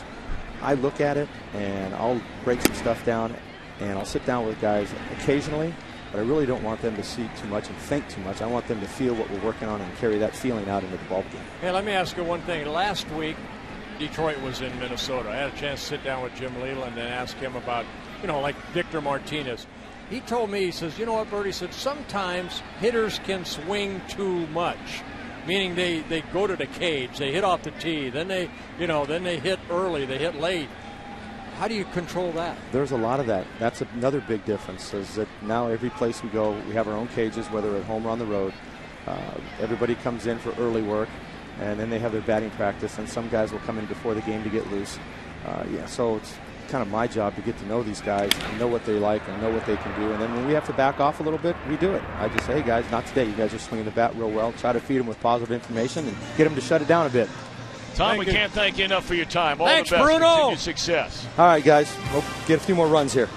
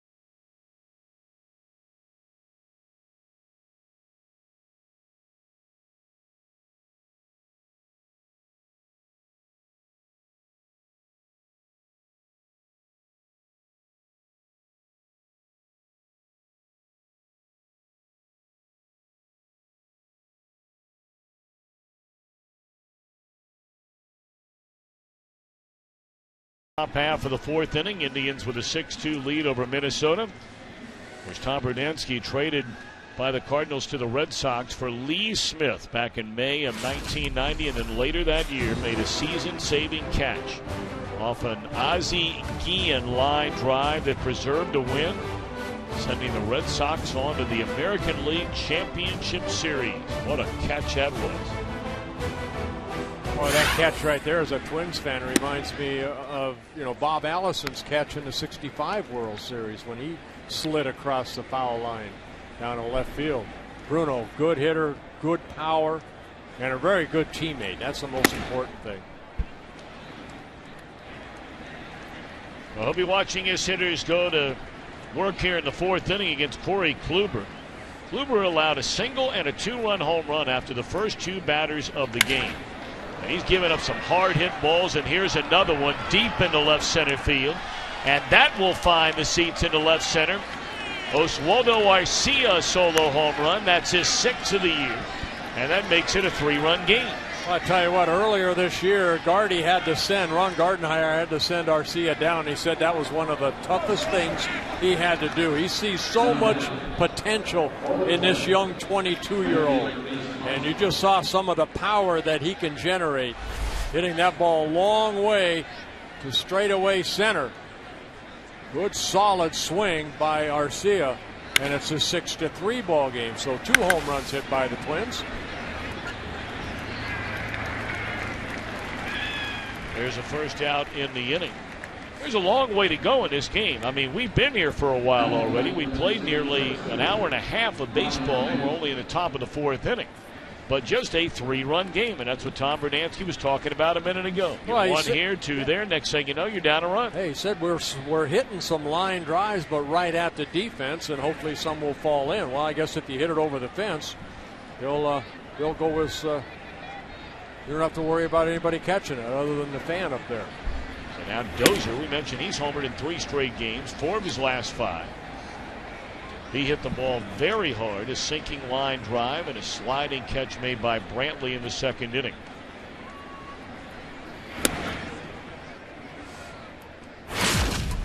Well, Dozier hitting a home run in last night's game. The only home run for either side that came in the 6th inning. The only run for the Twins. Scott Kazmir pitched a great ball game. 7 very good innings. He's come all the way back. The Indians hope so. They hope they can keep him healthy. He's one of the starters. Of course, you got Jimenez, you have Masterson, but if Kluber and also Kazmir can be consistent and stay strong, they should be, you look at that Tiger Ball Club starters. I mean, their starters are 5 strong. Indians need to have good, solid starts. Well, they begin the day 3 behind the Tigers in the American League Central Division. Minnesota 6 back. There's ball 4 to Dozier. And right now, let's check in with our buddy Greg Amsinger back at the MLB Network studios for a game break. Greg? Tom, thank you very much. Let's go to St. Louis. After Alan Craig gave the Cardinals the lead in the first inning, A.J. Przinsky unloads on Shelby Miller. His 7th homer of the year, a 2-run shot. The Rangers now have the lead 2-1. Tom Burt, back to you guys in Cleveland. Greg, thank you very much. A Texas team. Well, that's going to be some kind of race over there in the American League West. I know a lot of people felt like the Angels would be right in the middle of that whole thing before the season began. And, of course, it has been a rough go for Mike Scioscia's team. 10 games back. Texas 1 behind Oakland going into play today. How about that Oakland Ball Club? They just keep bringing up young, talented pitchers, and they seem to find ways to win. Once they get a lead late, again, their bullpen has been so good. Led by Grant Balfour, a perfect 18 out of 18 in save situations this year. That's 36 in a row, going back to May of last year. And now all of a sudden, Santana's saying, all right here, Corey, you were given a 6-2 lead in this game. You give up a solo home run, okay. But a 1-out walk, and now 2-0 Well, he's falling behind on a lot of the hitters. He's been able to only get strike one on 8 of the 18 batters he's faced so far. Always a key. Now Scott Kazmir, who pitched great last night, in his 7 innings, he was ahead of 19 of the 26 batters' first pitch strikes. Just a small key of having success at any level. Florimon hit a line drive into right center field. Stubbs got a great jump on the ball and reached down around his shins to, it looked like, catch it. And it popped out of there, and Florimon easily coasted into second base, ruled a double. Twins very high on this young man right here, Pedro Florimon. Good breaking ball down and in. Florimon, 26 years old, in his 2nd season with the Twins, coming over from the Oriole organization. That's that little cutter that Gruber has.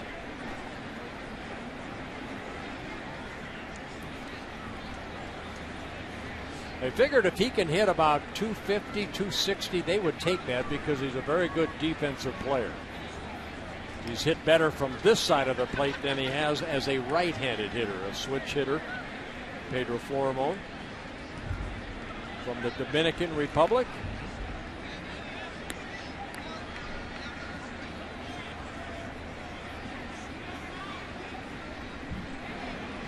Two and two the count. Dozier over at first base. Pretty good lead over there. And a line drive into center field, and Minnesota continues to put good swings on the ball. Dozier will easily advance on to third.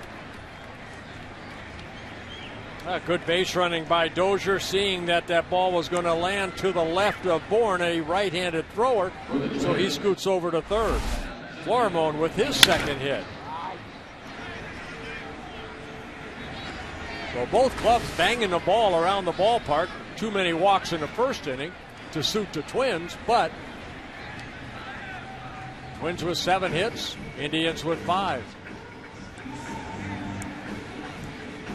I'm going to try to give Kluber a little break here. Pitching coach Mickey Callaway coming out to chat with his young right-hander. Mentioned this is only the 11th start for Kluber this year. He's pitching 2 games out of the bullpen. Yeah, only his 23rd major league start, his 28th major league appearance. 7 wins, 9 losses. An ERA about 4.5. And he came into this ball game 2-0 over his last 2 starts, allowing only 1 run in 16 innings.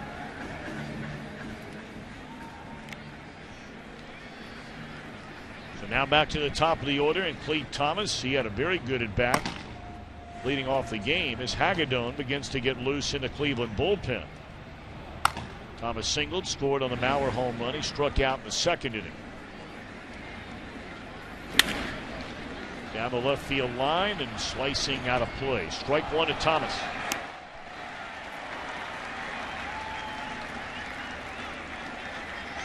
Well, you bring your glove to the ballpark, or did he need a glove? He didn't need it. When you're built like that guy, you don't need one. Crowd knows it's near. Look at that.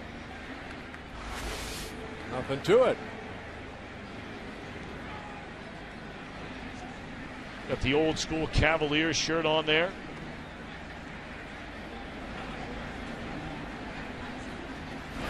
Swing and a miss. The only thing missing from that guy's wardrobe was maybe a pair of Cleveland Brown shorts. He's got the Indians lid, got the Cavs shirt, and somewhere in there he's got to mix in an Ohio State something, and then he'd be officially dialed in.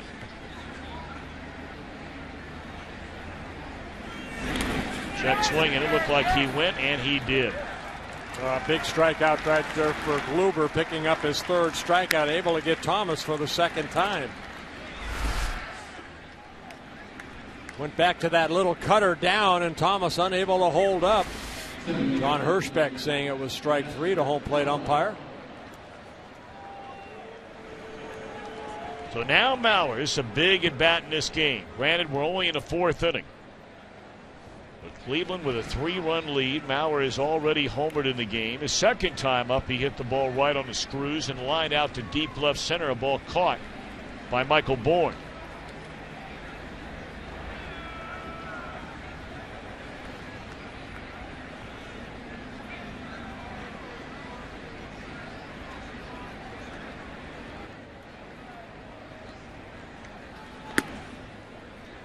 Ball 1.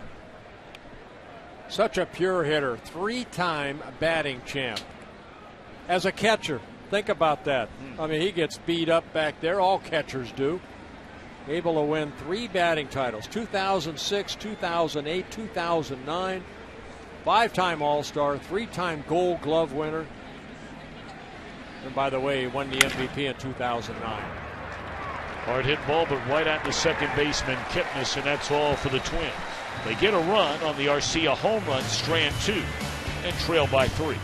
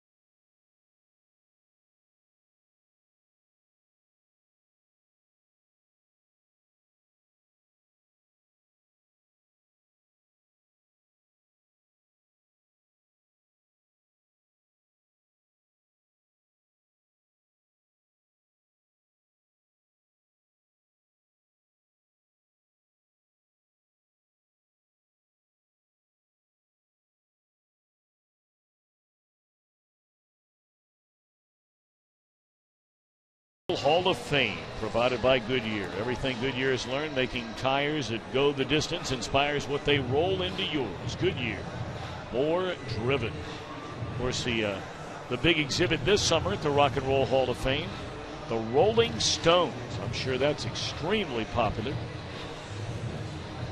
And looking back at the unbelievable career that band has had. Yeah, Mick Jagger. I had an opportunity to see them one time in Minnesota many years ago.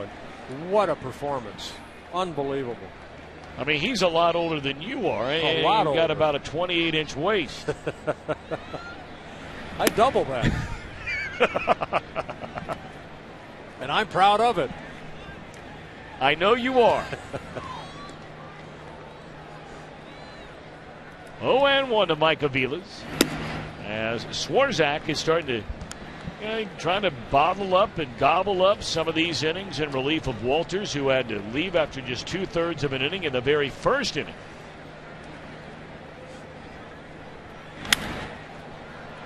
That's the kind of at bat he needs. 2-3 pitch at bats to hang around for a while. And the left fielder, Garcia, comes in to get it, 1 out. Garcia calling off Florimon at the last second. Swarzak 51 pitches so far in relief of Walters.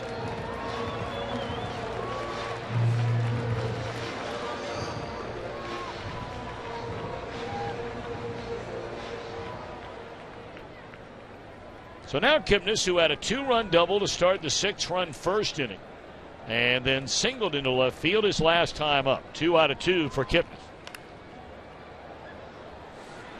You know, in our conversation with Terry Francona this afternoon, talking about Kipnis, he said this guy is a bulldog. You know, he just comes to play day in and day out. See Nick Swisher right there next to Francona. They're hoping to have Swisher. There was a lot of talk, as that is another base hit for Kipnis. This one down the right field line. This could be 3 bases, because this guy can run. And he's on his way to third. Throw there is not in time, and that is a triple with 1 out for Kipnis. Well, a 2-run double in the first inning, a base hit in the second, and now a triple here in the fourth. His 3rd triple of the year, right down that first baseline. Parmalee, the right fielder, trying to get over there as quick as he can, and knows that Kipnis, with his speed, will probably try to get the third. Kipnis right there. You decide right there. Can I make it? This looks like he put on a couple extra burners right there and slid safely into third. That's a good-looking player. Now Michael Brantley 0 for 2 in the game. The infield in for Minnesota with a runner at third and 1 out, and the Twins trailing 6-3 here in the bottom of the fourth.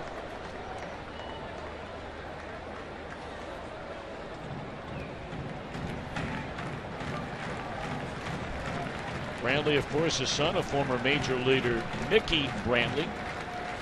1-0 pitch, and he takes it a little bit high. Yeah, Mickey Brantley, a good outfielder for the Seattle Mariners.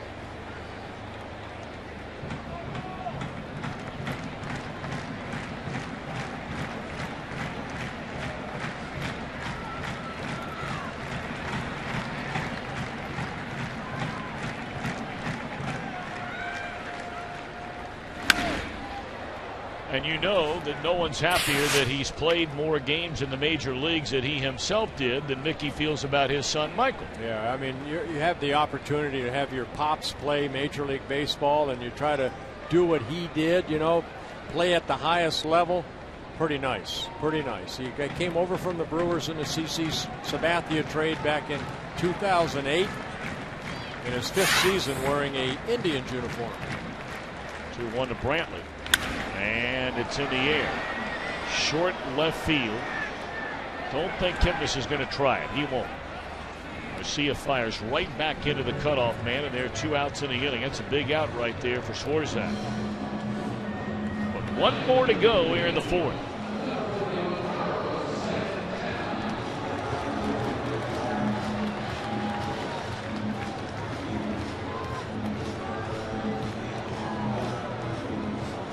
So now Santana, he walked and scored in the 6-run first inning, singled in the 2nd inning.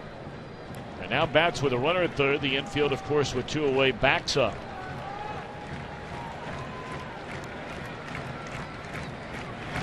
Swarzak, a couple of big, deep breaths before he settles on the rubber to try and get this final out in the inning.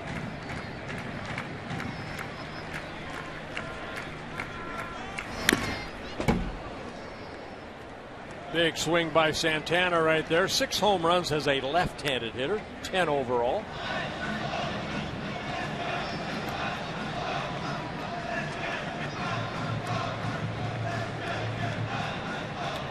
Santana in his 4th season with the Indians hit 18 home runs last year. He had a really Jekyll and Hyde season last year, did Santana. 0-1 delivery, and that's a fastball in.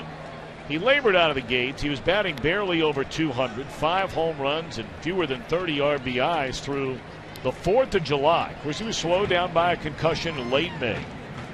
But over the final few months of the season, hit 13 home runs, knocked in 47 over their final 78 games.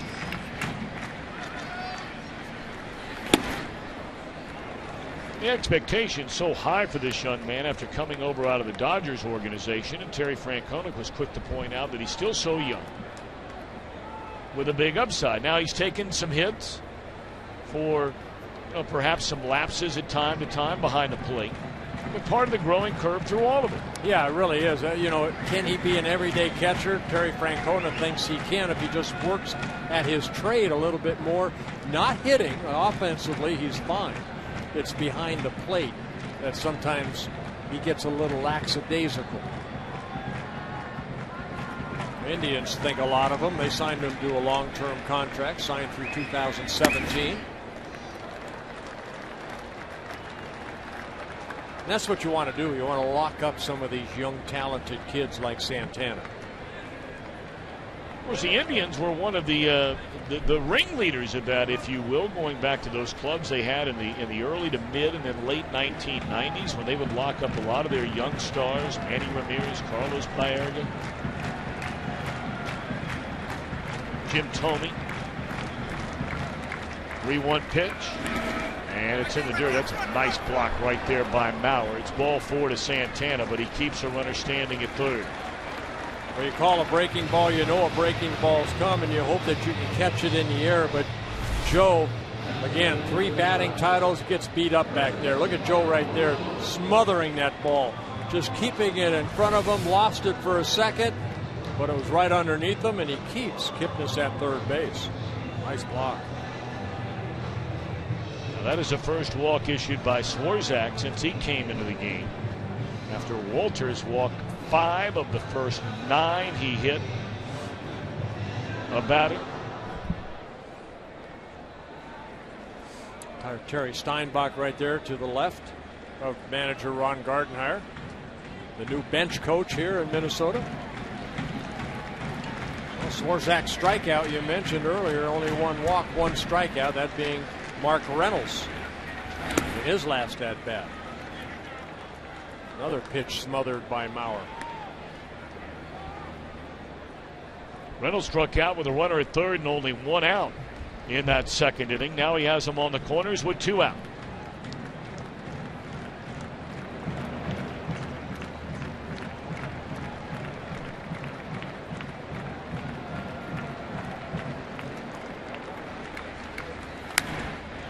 Ball strike. Well, this year Fox Sports Supports is proud to partner with Stomp Out Bullying, the leading national anti-bullying organization for kids and teens in the U.S. Stomp Out Bullying focuses on preventing bullying and all forms of digital abuse. It helps at-risk students. To learn more how you can help, please visit stompoutbullying.org.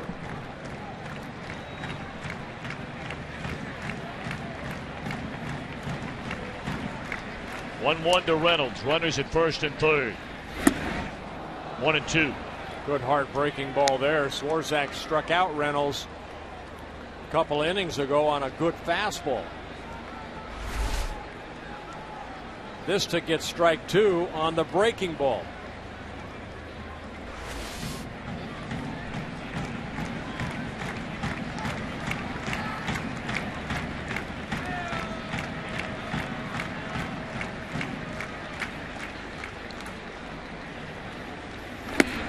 Started 2, they appeal. He did not go around, says Eric Cooper.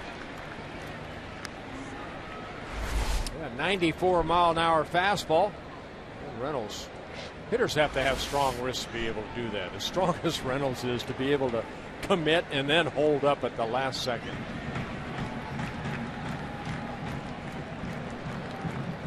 Kipnis with a 1-out triple, stands at third with 2 outs. Santana, the runner, over at first, held on by Morneau. Strike 3 called, and that's all for the Indians in the 4th. We go to the 5th. Cleveland 6, Minnesota 3.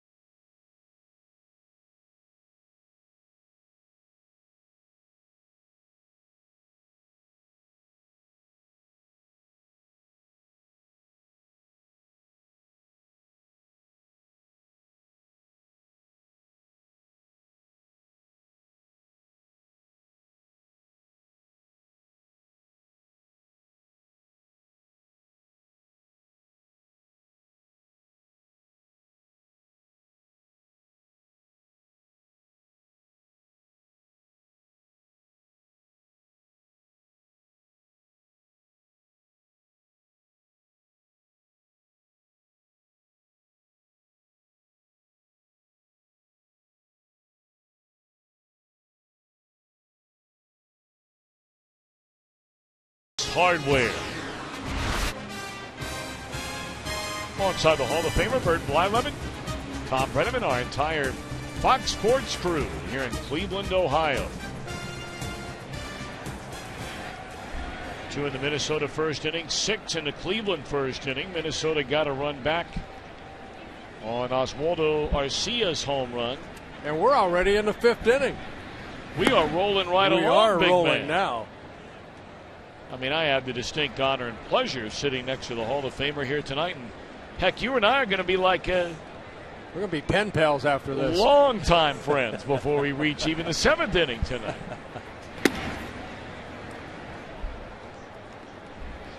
Well, Corey Kluber starting his 5th inning of work. It has not been a picnic for him. He's hit some. The Twins have hit some balls hard. They've had 6 hits, a couple home runs. A roller down to first base. 1 out. You know, I said to you when we were just hanging around, my new buddy here is Bert Blyleven. Come on. You know, in all sincerity, I said to you about having never had a chance, except to meet you from time to time, but I know everybody in baseball was so excited when you finally got that phone call that you were going to be inducted into baseball's Hall of Fame. The numbers you put up in your career, and to think you waited as long as you did, and I'm not going to ask you to comment on that. That's neither here nor there. But I know for a lot of us to finally be able to see you face-to-face and say congratulations, because you earned it. Well, thank you. It's a great honor. I'm looking forward already to the end of July to go back and be part of the ceremonies. You know, we're going to induct some players there, even though they will not be there. Family members will be there. We have Deacon White, who played in the late 1800s as a player. We have the umpire you put in. The that's umpire. right. Yeah, I'm going to think of his name here. Hank O'Day, the umpire, and also Jacob Rupert, the owner of the Yankees, that actually bought Babe Ruth from the Boston Red Sox and made him a Yankee. So all their family members will be there.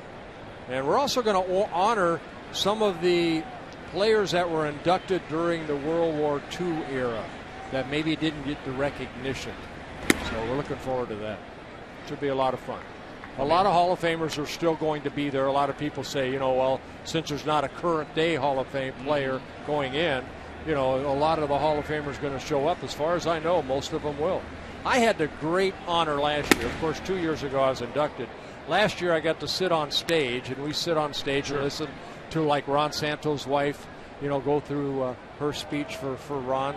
And I'm so happy that Ron Santo made the Hall of Fame. But I got to sit next to Sandy Koufax, my boyhood hero. How cool is that? Oh, that's great. Nice play down there at first by What Reynolds. a nice man, too. Threw away in the inning. Yeah, Reynolds made a nice play right there. And as a pitcher, your responsibility, get over there and field your position. That's cover first base. Reynolds diving to his right. And Kluber there. I always liked as a pitcher to my first baseman, go to your right. I will get there. Might be a little slow, but I will get there. Chug, chug, chug. You know, you were talking about, growing up in Anaheim, California, virtually in the shadow of the Big A, where it still stands even now at an Angel Stadium, and how you used to sneak into the ballpark with all your buddies, and after the place would clear out, you'd pretend you were playing in the big leagues. And I mean, you were doing this well into your teenage years, and then a year later, you're on the mound making your major league debut in that ballpark. With the lights on. We did it in the dark as kids. But with the lights on, and I swear, the first pitch, I looked at George Metterwall, my catcher. He put down fastball. I started my delivery. My right foot would not move off of that pitching rubber. I couldn't get it to turn. It was frozen. I was so nervous with the lights on. I'm afraid somebody might see me. There's a pop-up in the short right field, and to end that story, you won that game in the big league debut. Got lucky. Yeah, got to be lucky. You got lucky, 287 more times?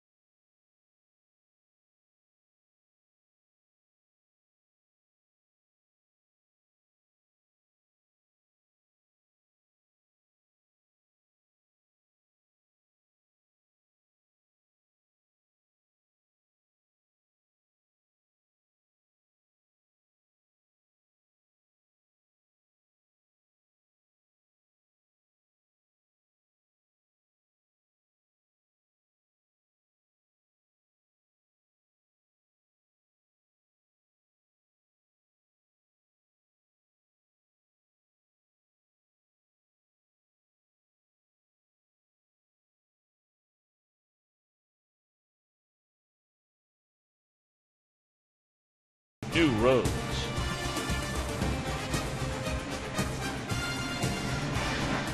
Well, Anthony Swarzak worked 3 1/3 innings. He ended up throwing 67 pitches. So the staff right now between Walters and Swarzak, 113 pitches. Ryan Presley coming into the ballgame in his rookie season for the Twins. He's had good numbers out of that bullpen. Well, you mentioned earlier that has certainly been the strong suit for Ron Gardenhire's team. Now, they've been asked to pitch a lot of innings. You brought up earlier, just until recently, they weren't getting a lot of innings out of their starters, so they were leaning very heavily upon that bullpen, and those guys responded. Yeah, this has really been an odd start. It's an odd start for P.J. Walters. He's pitched so well in the first 5 starts, and then he had a hiccup here today, but you're going to have that in the game. There's P.J. Walters, 2/3 of an inning.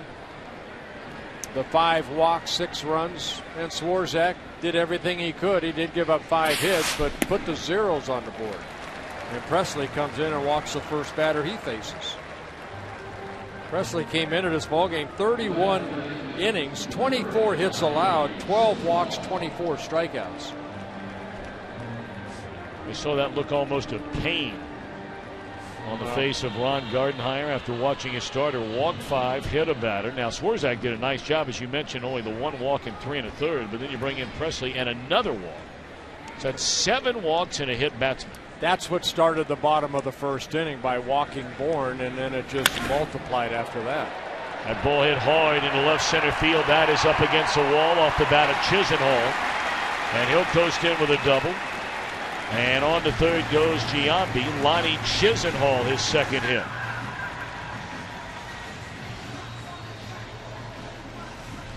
I'd like to remind you, Chevrolet, the official vehicle of Major League Baseball, is celebrating a new season for new memories. For your chance to win a community field makeover and an all-new 2014 Impala, visit ChevyBaseball.com.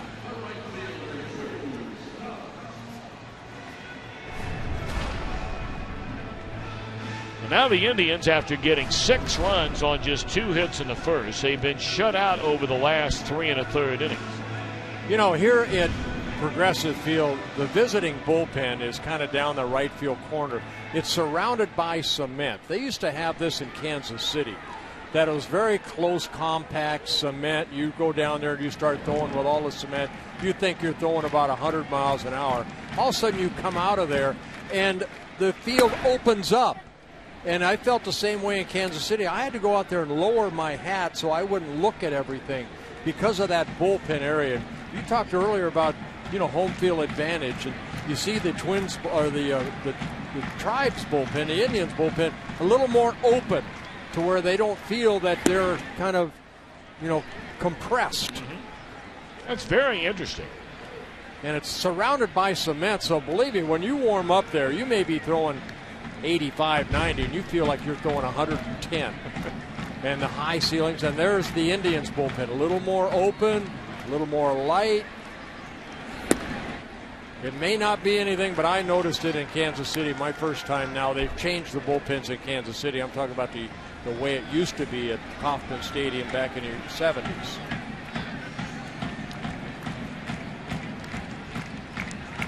Presley's come out of that bullpen. He walked a batter on 4 pitches, then allows a double. And now 2-1 to Drew Stubbs. 2-2. Well, Presley only 24 years old. A Rule 5 draft by the Twins out of the Boston organization. A guy that was mainly a starter in their system. And then they put him in that bullpen, and that's kind of where he shined. A young man that they see as a potential starter maybe one day, but right now doing a good job as kind of a long man, setup man out of that bullpen. And a lot of organizations and a lot of managers like easing a guy into the big leagues that they may want to have as a starter down the road and pitch him out of the bullpen. There have been some great pitchers in this game, starting pitchers in this game, that began their careers pitching at the major league level out of the bullpen. The Twins have done that a lot. One guy was another Rule 5 player, Johan Santana. Started in the bullpen. They had to keep him all year long. Next year he went down. He learned the changeup from the bullpen coach, Bobby Cuellar, who's the assistant pitching coach here, and came up and won 2 Cy Young Awards. So, yes, it does happen. Well, Pedro Martinez was another pitcher who began his career pitching out of the Dodger bullpen. They just want you to get your feet wet and see how you react to the bullpen, and also your arm strength. Are you strong enough arm-wise to go deep into a ball game? And that one is dropped into right field, a base hit. They're going to hold the second runner as Giambi scores. Chisenhall stopped by Brad Mills down there at third. And that makes it a 7-3 Cleveland lead as Stubbs drives in his 23rd run of the year. I'll tell you what, that's look from here, pretty good pitch right there, but Stubbs went down and just kind of inside out of that ball. We saw it earlier in the ball game when Kipnis hit a pretty good pitch the other way for that double in the first inning. Let's take a look at the pitch. That kind of stayed up a little bit. Stubbs just went with it. I thought that ball was down from our angle here. I thought it was down a little bit more. But Stubbs does pick up his first hit. And for the Indians, their 8th hit of the ball game. Runners on the corners, nobody out. And here's Michael Bourne already stepping up there for the 4th time tonight. And we are only in the bottom of the 5th inning. Bourne has walked, scored at a 2-run single, and lined softly into a double play with a runner on the move, ending the 3rd.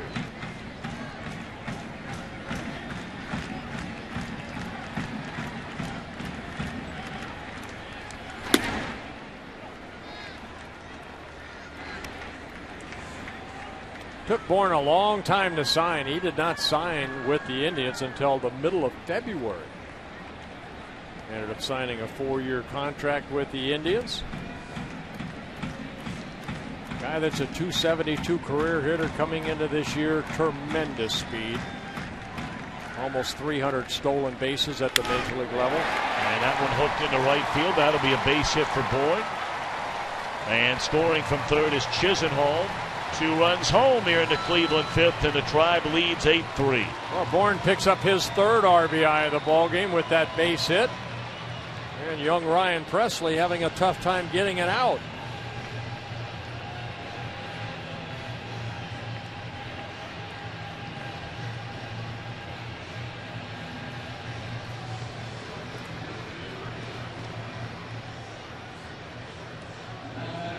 Indians came into this ball game 8th in the American League in hitting at .253. So now Aviles. The runners at first and second, and nobody out. Aviles hit by a pitch, scored a run. 0 for 2 is bounced to first and popped up to left. Double play ball here all the way if the Twins turn it, and they do that very well. In fact, the Twins have turned now 82. They get 83 double plays, including the 2 tonight. That's the most among all teams in the American League. Well, that's good and bad. That just means you have a lot of base runners on. But it also says that your pitchers are getting some ground ball outs. So that's a big double play right there. Well, we're only in the 5th. I bring that up because Kipnis has already had a double. He's had a single. He's had a triple. So you know what that means.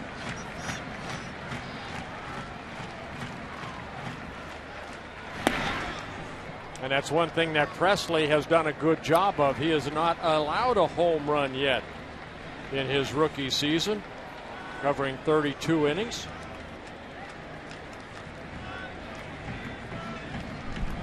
They say 7 Indians have hit for the cycle. Travis Hafner, of all players, the last to do it in 03. And I only say Hafner because he was not known as a burner. He would be the last guy in the world I would pick to deliver a triple. I wonder what outfielder broke their leg for him to make it to third.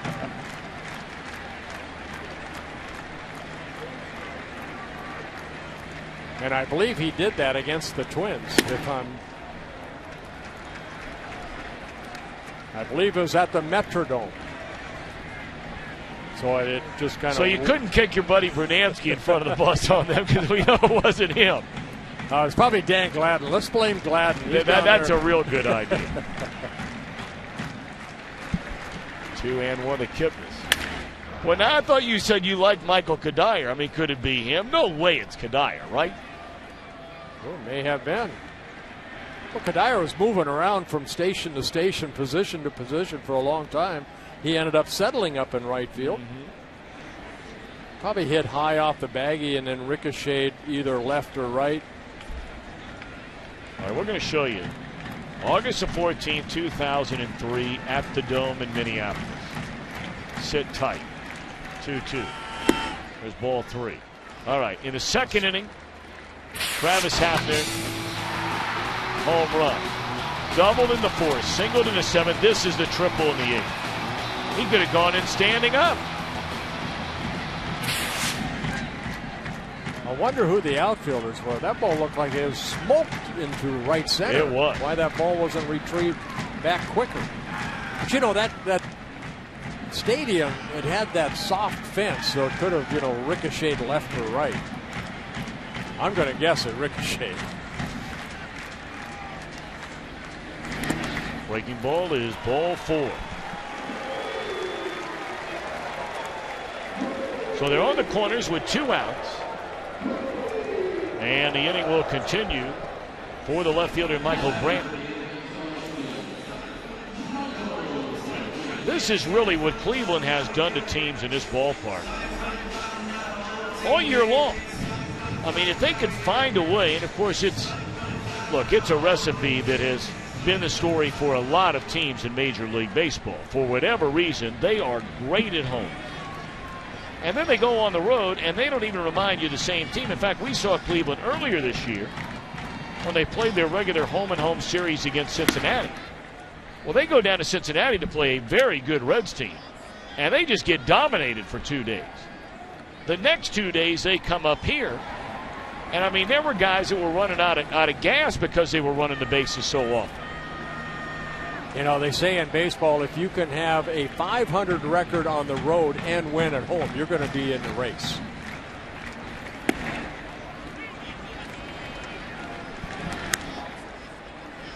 And for whatever reason, the 5th inning has been a magical ride all year, home or the road, for the Twins. They have scored more runs in this inning, the 5th, 71 of them, including the 2 here tonight, than any team in that inning in baseball.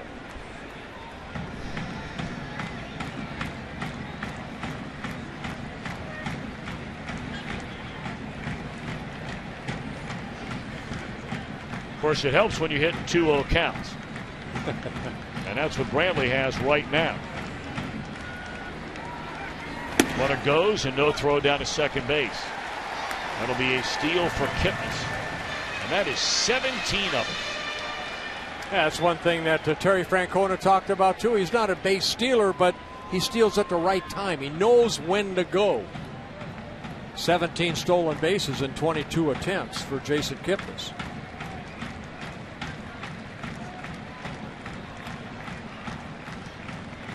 2-1 to Brantley. And on the ground is second. This should do it. And it will. But a scoring inning, a pair of them in the 5th for Cleveland. Drive in front. 8-3 as we head for the 6th.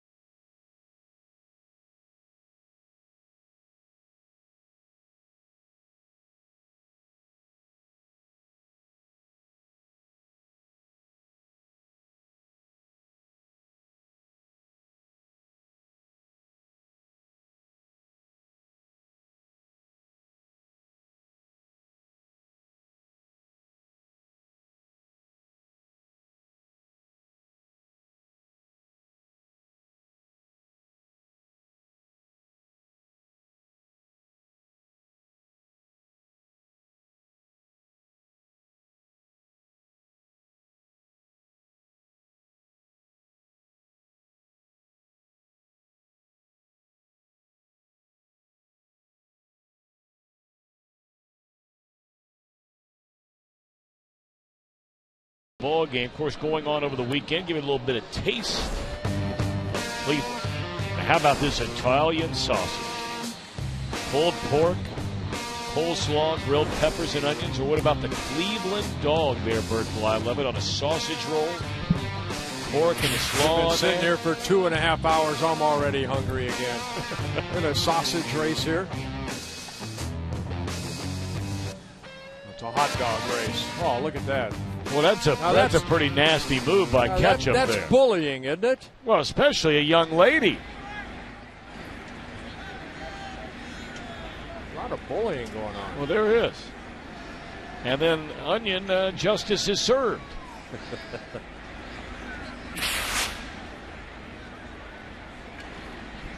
All right, Corey Kluber. Still out there. He's allowed 3 runs, 7 hits. There have been a lot of hard hit balls against this Cleveland right-hander tonight, but the bottom line is he's out there in the 6th coming off his first perfect inning of the game. Yeah, he's retired 5 straight, so settling down a little bit.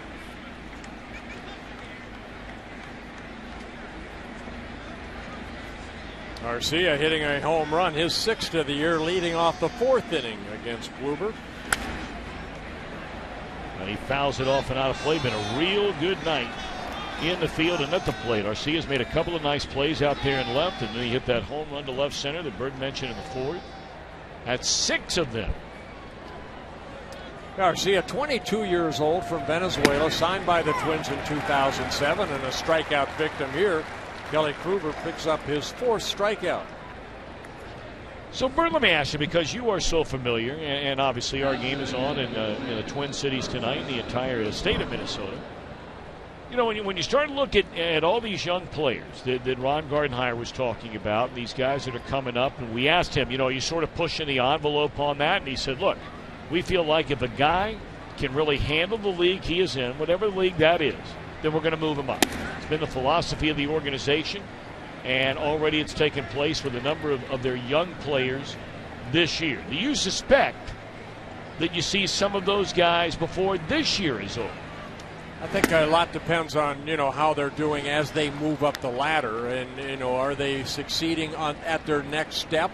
And then maybe in September you're going to see some of these young kids get an opportunity to maybe, get their feet wet going into spring training next year. Last couple years in Minnesota for Twin fans was frustrating. This year I don't think it is as frustrating because Terry Ryan went out and he tried to improve the pitching staff. You had to give up something. They gave up Ben Revere. They gave up Denard Span. They gave up that leadoff hitter that they're looking for now. But I think in the long run, and I'm talking maybe next year, following year, if the pitchers can get back to healthy, they have a Kyle Gibson down in AAA that's been pitching pretty well. They need a couple horses. They need a couple aces. Right now, Kevin Correa is the ace of the staff. He's the one that has been the most consistent. So if they can do that, and then the young talented kids like Garcia getting his feet wet here can have success and continue, then I think the organization's moving back to the way that they did, say, in the early 2000s under Ron Gardenhire when he first took over. The ball hit hard down the left field line. That will roll all the way to the wall off the bat of Chris Parmelee. And he's in with a stand-up double, 1 out. This team down by 5, batting here in the 6th. Well, with Garcia coming up, it's kind of put Parmelee on the bench. And talking to Gardy this afternoon, that's one thing he wanted to do is get Chris Parmelee some at-bats. They're going into Miami on Tuesday and Wednesday where, the pitchers have to hit. So they use Parmelee basically as a pinch hitter. He wants to get him at bats, and that's why Parmelee's in the lineup today. And also giving Josh Willingham a day off because of that knee with a day game tomorrow. Parmelee with that double is 8th of the year. So now Brian Dozier, who's lined out to left and drawn a walk. Dozier's homered in 4 of the last 5, including 3 straight. I mean, Tom, here's Brian Dozier. He was a shortstop. Like Trevor Plouffe, who's now playing third, Brian Dozier came up through the organization as shortstop. He moved to second base in spring training, and he's done a very good job there, as Plouffe has at third. So Gardy's trying to do the best he can with what he's given. And then, hopefully these young kids can come in and fill some of the spots that they feel they need filled. 1-1 on Dozier with a runner Parmalee out at second base. Good breaking ball there. Well, that's a beauty from Kluber on a 1-1 pitch.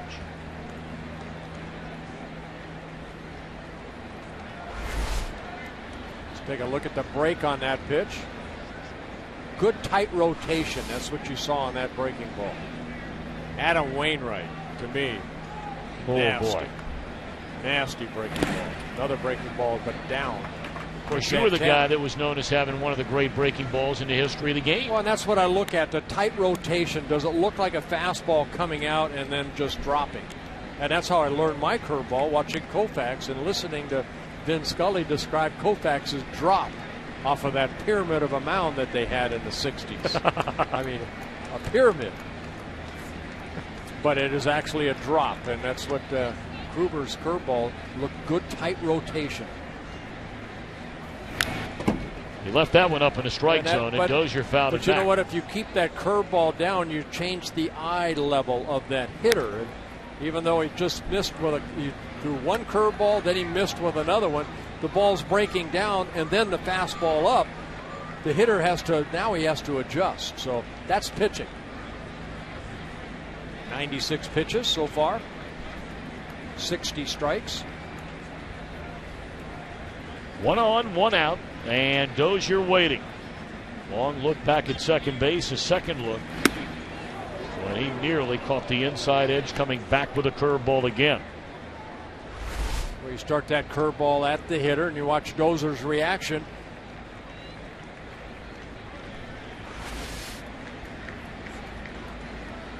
Now you have a 5-run lead. It's almost a fastball situation. And Dozier fouled it off. Even if you have a good curveball, you don't want to walk anybody right here to create a bigger inning. It's a 1-out double by Parmalee. You walk somebody, now you're asking for trouble. Here it is. Make him earn his way on.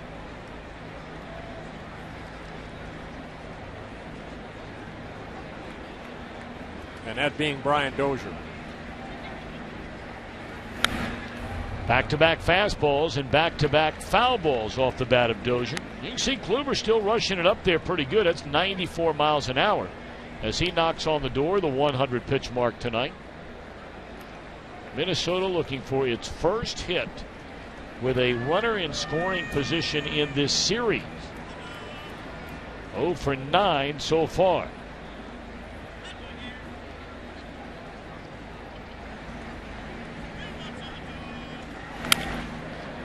Soft liner caught by Chisenhall. And he finally came and looked like with that 3-2 breaking ball. And that's a nice play by Chisenhall right there, having to go to his right, leaping and making a nice catch. Dozier a little out front of that breaking ball, makes good contact, thinking it might be a double down the line, but Chisenhall reaching up high and then throwing the ball to second base. But Parmalee gets back. Well, that's going to do it for Kluber. Terry Francona is going to come get him. Hagedorn will come on from the bullpen. We're in the 6th. Cleveland leading 8-3.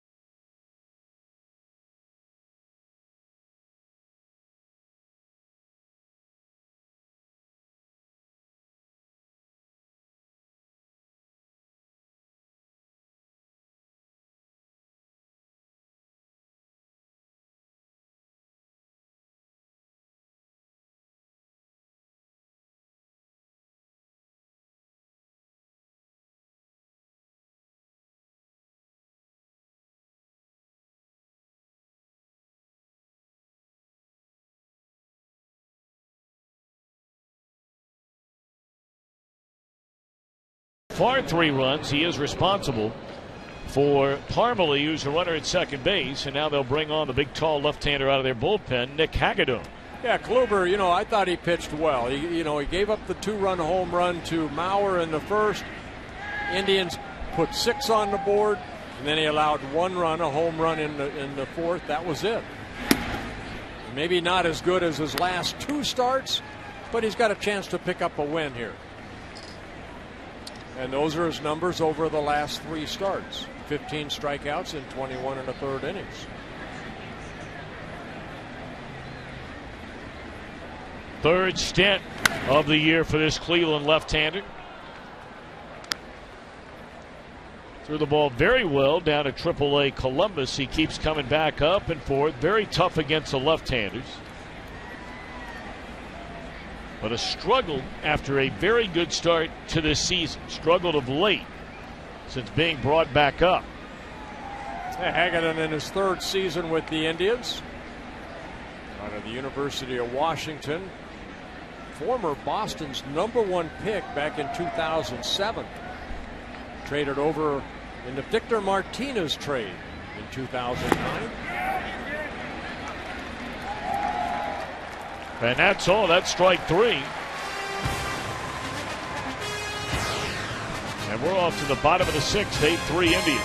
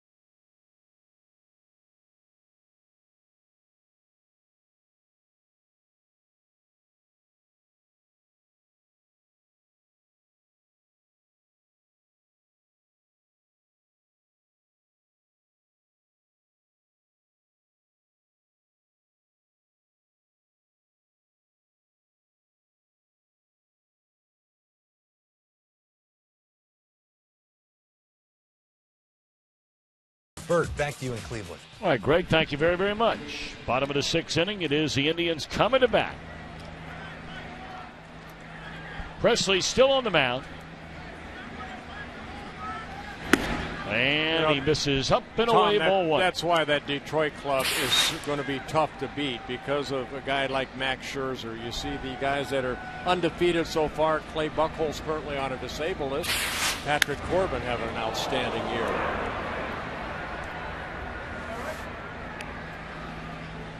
You have Verlander, you have Sanibel, Sanchez, you have Pfister, you have Porcello, who's got beat up last time out, but then you got Scherzer. 5 solid starters for the Tigers. Hope our cameraman down there, Dale Converse. You all right down there, Dale? You got hit with a line drive, didn't you? Thumbs up. I think it got him on the left arm. Looked like it from here anyway. Maybe he's already swelling up pretty good. You all right? Okay.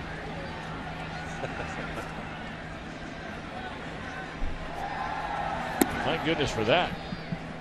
Well, you're down there in the firing zone. Of course, Dale has got that camera pointed out towards the infield, towards the outfield.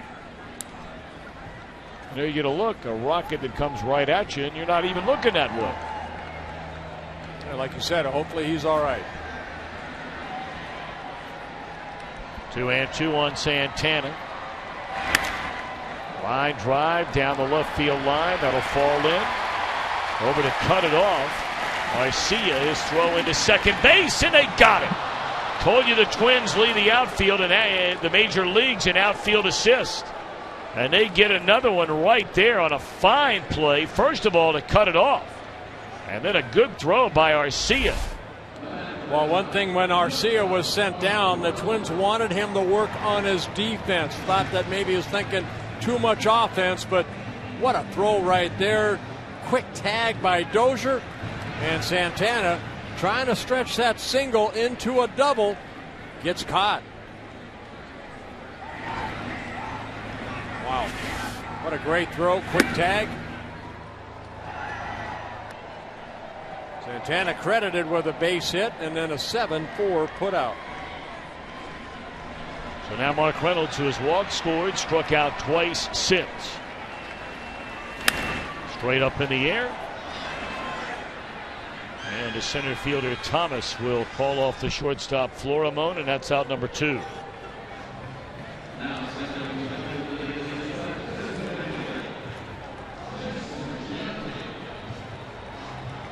Of course, the All-Star game right here on Fox, coming your way from New York. July the 16th. Very much looking forward to that and all the pageantry that surrounds it.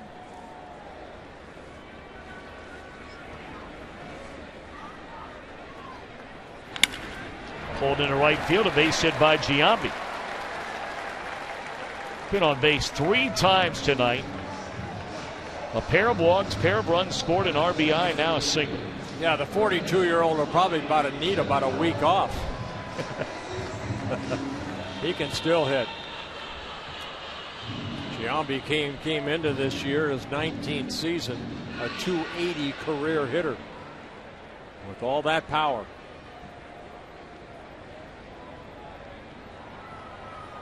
.11 hits for the Indians.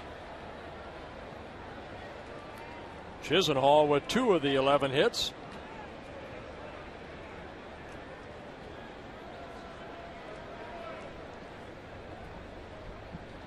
Chisenhall, his last time up, that double into left center field and scored in the 2-run 5th.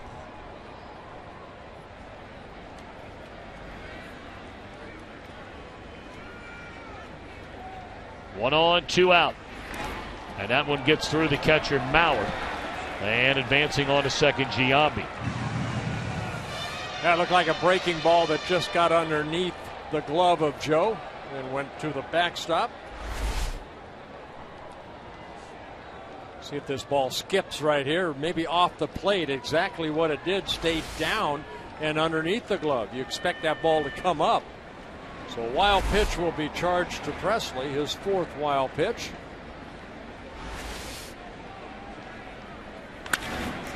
And this should end the inning. Thomas broke back, now comes in to get it short left center, and that's all. Couple of hits, a man left. We go to the 7th. We're Indians rolling, by 5. baby. We're rolling.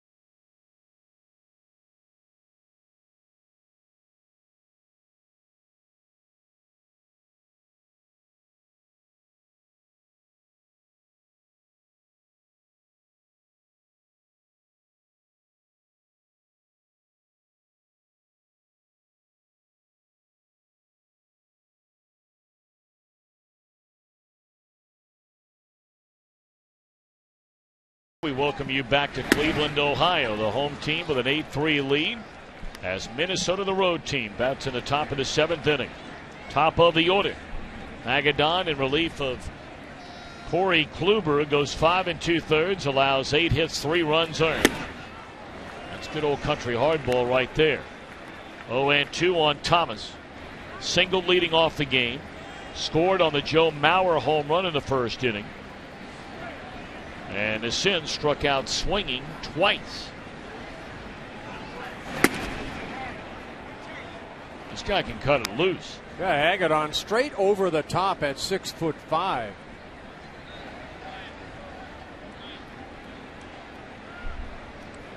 Delivery where he just picks up that right foot and puts it straight down and then creates that angle. That breaking ball missing low. Santana blocks it. 8 runs, 11 hits, no errors for the Indians. Minnesota 3 runs, 8 hits, and no errors. The first game on this homestand. It's been a very good homestand for the Indians in which they've collected 10 or more hits in a game. Well, it swung on and fouled back. Indians have won 7 of their last 9. We talked about what a streaky team this has been. And not streaky in terms of win 5, lose 4, win 7, lose 6. It's been really in month-long chunks where they had a great run early. 8-game losing streak Right. they're on. That was on the heels of a real long extended run of good play where they got into first place in the Central Division. And then the wheels fell off when they went the second go-round inside the American League East. And now starting to pick it up, play a little better again. Well, it's a roller coaster ride. I don't care if you're a first place club or a last place club. You're going to have ups and downs. If you have to stay away from that long losing streak, you know, the wins will come, but stay away from the long losing streaks. Twins had a 10-game losing streak earlier this year. That one whacked into right field off the bat of Thomas, and that'll be a double to start this 7th inning. Well, Thomas with his 3rd double for the Twins. Hagedorn fell behind, got ahead 0-2, and then tried to sneak pitches by him, and then finally on a 3-2 pitch went with a fastball, and Thomas hit it down in that right field corner. That might have been a breaking ball. And you get a look really almost in a microcosm of probably what the Red Sox saw a lot of in Hagedorn in just that last at bat. 95 fastball, strike 1. 97 fastball, strike 2. Miss on 3 in a row, and then you give up a double down the right field line after being in front of a hitter 0-2. You don't see a lot of movement on his pitches. Pretty straight, and I don't care if you could throw 100 miles an hour. If it's straight at the major league level, they're going to hit it. They're going to hit it hard somewhere. Mauer, the 2-run home run, his 8th of the year. It came in the first inning. Has since lined to center and bounced out to second. We've talked so much about that All-Star game coming up on Fox next month, and you know Mauer will be in that game. He's a leading vote getter. So if that holds true, he's definitely in. But even if he doesn't win the fan balloting, he will be in New York. That'll be his 6th All-Star appearance. This is his 10th season with the Twins.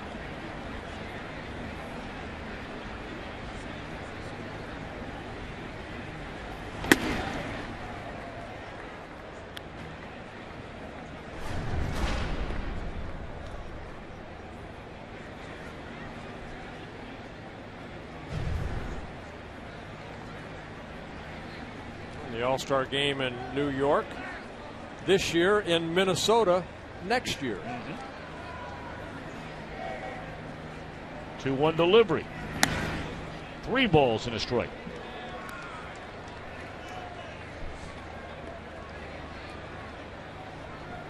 Well, the Indians are going to start some action in their bullpen. They're not going to have a chance to wait around on Hagedorn to throw strikes. As Cody Allen, boy, has he been impressive. Starts to get loose in the Cleveland pen.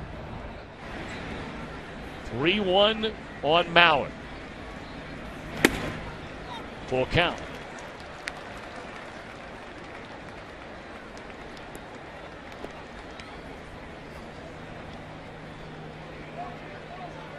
Domit, the DH, waits in the on-deck circle.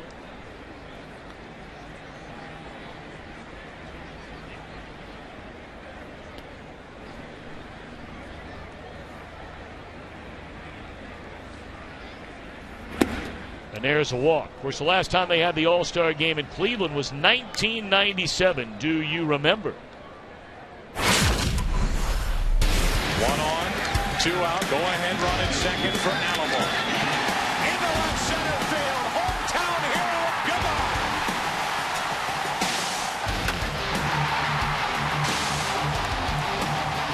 Get the curtain call. There you go.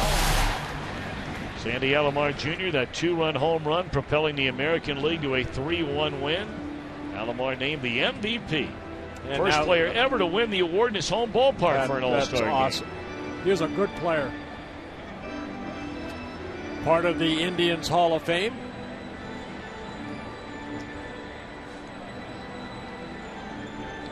Now the bench coach here for Terry Francona. Many believe he will get a chance someday, whether it's here or elsewhere, to manage at the big league level.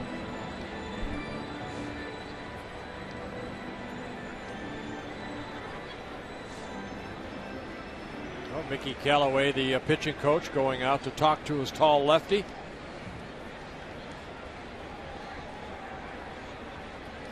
Domit, a switch hitter, is a right-handed hitter, hitting .261. 1 home run from this side of the plate of his 8. One big crack of the bat, and the Twins are right back in this game. He waved through ball 1.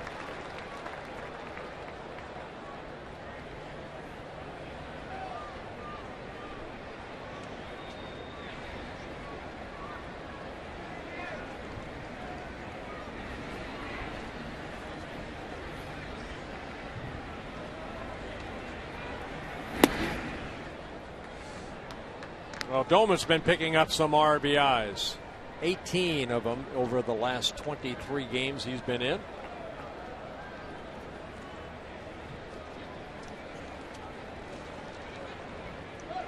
Yeah, he's been red hot the entire month of June. I mean, he started the month off. He had a walk-off base hit in Seattle the first day of June. As he takes low and away, 3 days later, knocked in 2 of Minnesota's 3 runs in a win over Kansas City. Then later in the week, that 11th inning home run to beat Washington. Then earlier this week, a game-winning double in their sweep over Chicago.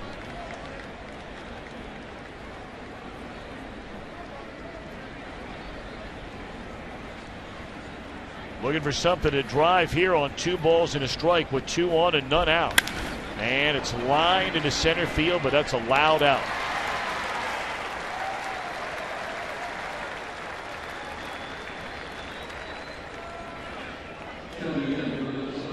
We'll get ready for Fox Sports 1. It'll be America's new 24-hour sports network. Fox Sports 1 will be your home for great live sports, all the news and highlights you could want, shows and specials that only Fox can bring you. And this is our Fox Sports 1 game summary. Kipnis a home run shy of batting for the cycle. 8 of the 9 starters have reached base safely for Cleveland tonight. Joe Mauer a home run in the first inning. And really the story of this game was the bottom of the first inning, where P.J. Walters could just not find the strike zone. Faced 9 batters. He hit 1 of them and walked 5 of them. You know, there's been 7 walks for the staff. Walters and Anthony Swarzak and then Ryan Presley. Total of 7, and that hit batter. 6 of those 8 base runners have scored. So now Morneau, 1 of 3 in the game. 1 hopper. This could be 2. There's 1 return throw, and the pitcher didn't get over there in time. Don't think they would have had it anyway. So 2 are out, and runners are at first and third for Plouffe, who's coming up. Yeah, right off the end of the bat. Probably sounded like he cracked his bat. Reynolds gets the force out at second on a low throw. And Haggerty a little slow getting over there. And you're right, I don't believe that they would have been able to turn it. But that does bring out manager Terry Francona for a pitching change. And Mr. Allen's coming on from the bullpen. Will step out. We're in the 7th.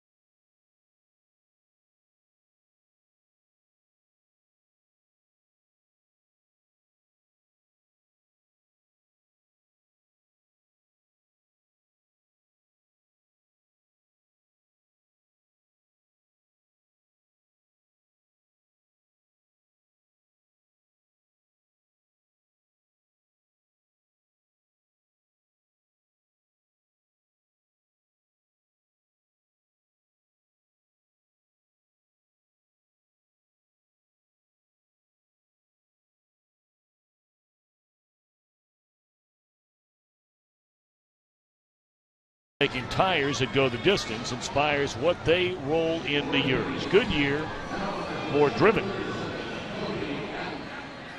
There are a lot of good-looking young pitchers around Major League Baseball, and you're about to get a look at one of them right here and right now. Yeah, Cody Allen coming out, making his 30th relief appearance, and he has been outstanding. Good fastball, got some movement on that fastball, hard curveball and the changeup in his second season with the Indians. He's worked 31 innings. He's allowed only 21 hits, 10 walks, 39 strikeouts. 96-mile-per-hour fastball is ball one to Plouffe, who has an infield hit, has struck out and flied to right.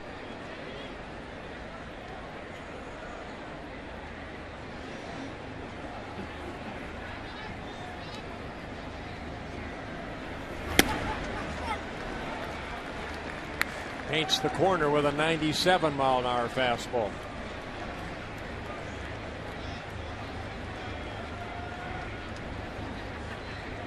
Thomas began the inning with a double. He stands at third. Morneau over at first. 2 are out. And a line drive, base hit into center field by Plouffe, will knock in a run. And that makes it an 8-4 ball game. Yeah, Plouffe picking up his second hit of the ball game, driving in his 24th run of the year. Twins have been down so many games this year. We showed you earlier how many the deficit between runs in the first inning for the opponent and for the Twins. And they've had to do this almost all season long, come back from 2, 3, 4 run deficits. So they've been here before. And that man's been here before. He made the comment before the game. He said, I need to start seeing some of my players, whether they be veteran guys or whether they be middle of the order guys or whether they be young guys, start getting base hits when runners are on base. And that is their first hit in the first 2 games of this series, with a runner in scoring position on what was their 14th chance.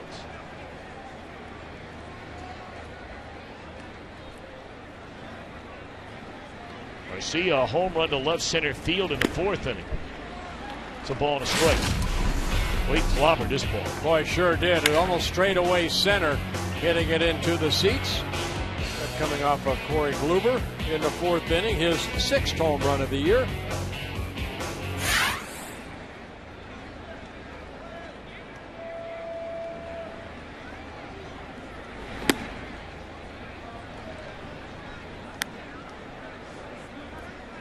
I know they honored Carlos Baerga before the ball game, put into the Cleveland Hall of Fame, but when I saw this young man Arcia come up for the first time, he reminded me a lot of Baerga. Now Baerga was not as big and stocky, but he's got a nice swing. Twins are very high on this young 22-year-old. Allen is coming on and he's having a tough time. He's fallen behind a couple of batters. Allowed the RBI single by Plouffe, and now 3-1 on Arcia.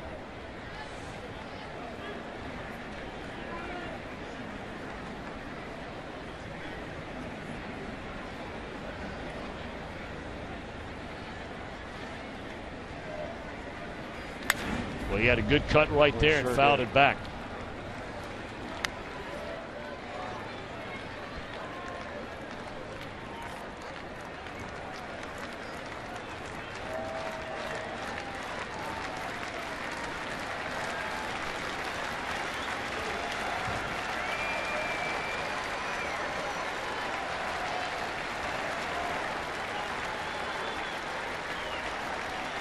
Allen looking for the final strike, the final out of this Minnesota 7th inning.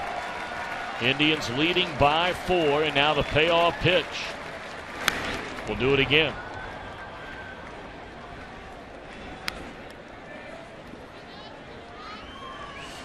Allen last year started the season in Single A, moved up to Double A, moved up to Triple A, and then to the big leagues all in 1 year.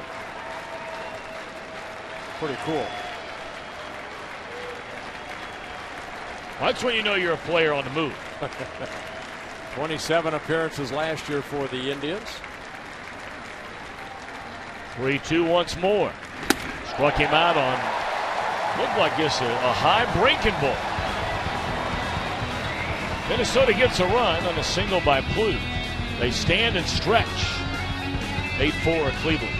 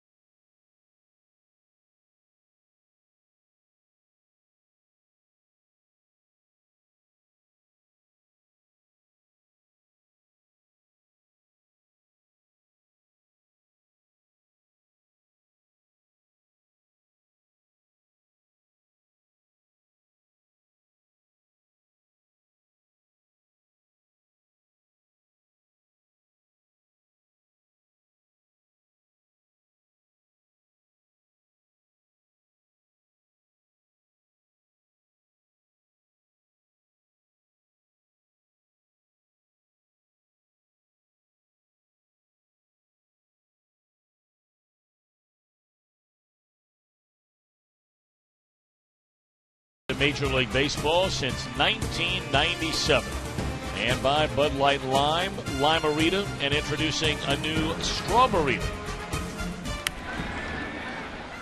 We begin the bottom of the 7th inning. Cleveland in front 8-4, trying to make it back-to-back wins over their division rival Minnesota Twins in this series.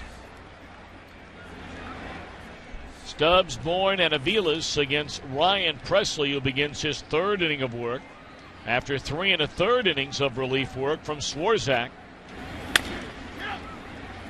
Nice play down there at first, and they get the speedy Stubbs, 1 out. That's a nice play. You didn't know whether to charge it. Justin didn't know where to charge it or play back. And anytime you go back like that, there's always that chance of that ball eating you up.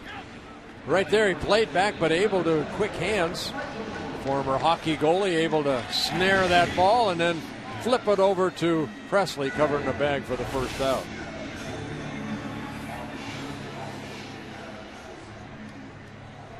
So now Bourne, who has walked, had a 2-run single in the same inning. That was the first inning.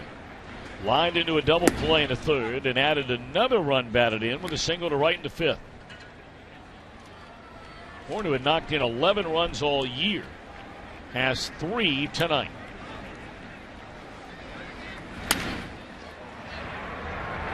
And that one scoots by Dozier. And that'll be a 3rd hit tonight for Bourne, 4th time he's been on base.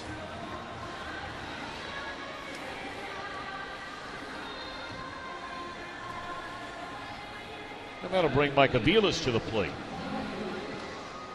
Now, we all traveled to Aviles. We were talking about him earlier, coming up with Kansas City and Boston. So 3 things you need to know about Aviles. Studied behavioral science at Concordia College.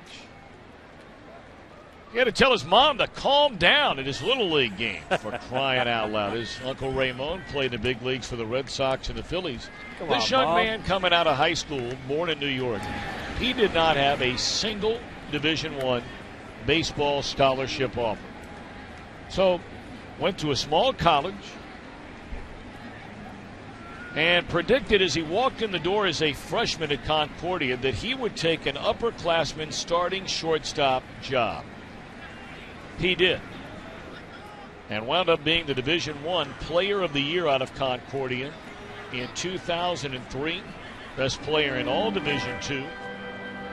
You know, we just had the Major League draft, and I think that's the hardest thing. My son Todd scouted for 7 years, and, you know, I sat and talked to him about trying to find these high school, college kids, and there's so many different players out there. Once that draft comes up, scouts sometimes don't get enough recognition for finding guys like, you know, Avila that, you know, maybe wasn't highly recruited out of high school, but he had something inside his heart that wanted to get better, and he was able to do that. Just get better and better. And, you know, you could draft a #1 pick, but does he have it in the heart to succeed? A lot of #1 picks never made it up to the big leagues. Well, the other part you hear so much about, and the part that I find a little troublesome, and no one would know this better than you because of the position in which you played in the major leagues. I think the part that becomes sometimes dispiriting for the high school pitcher or the college pitcher is, you know, if you're not 6'3", 6'4", 6'5" anymore, as this should be a double play to end the inning. We'll get back to this in a moment. But they're all looking for the guy that's 220, 230 pounds. Hey, that's me now. Add 220, another 20. I think I'm making a comeback, Tommy.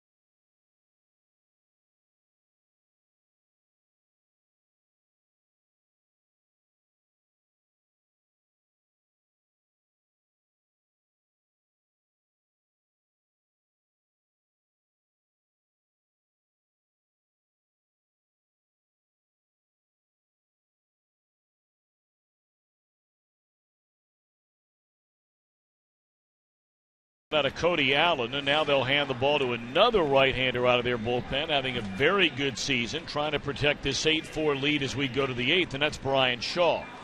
Yeah, Shaw, this guy has pretty good stuff right here. You can see the numbers, making his 30th appearance, just like Cody Allen. 3.15 earned run average for Shaw, 34 1/3 innings pitched. So he'll be facing Parmalee to begin the inning. Latter third. We've only had 1-1-2-3 inning through 7 innings of baseball tonight, and that was the Minnesota 5th when the starter Corey Kluber went through Domet, Morneau, and Pluth. 1-2-3. That's all. 12 hits for the Indians, 10 hits for Minnesota. Indians have also drawn what? 7 walks. 8 walks in it. 5 by Walters, 1 by Swarzback, and 2 by Presley in his first inning of work. This one in the air to right. And Stubbs will watch it fly out of here as Parmalee adds a second hit of the game. That's his 6th home run. And now all of a sudden a 3-run ball game in the 8th inning. Well, we just talked about Parmalee in his last at-bat that Ron Gardenhire wanted him to get him some at-bats. And, his first 2 at-bats, 0 for 2. A double in the 6th. And it looked like an off-speed pitch that Parmalee went down, got an uppercut swing. 8-5 ball game. Dozier 0 for 2. He is the only Minnesota Twin outside of Doman who has not collected a base hit tonight. 2-0. The only Indian without a hit is Michael Brantley.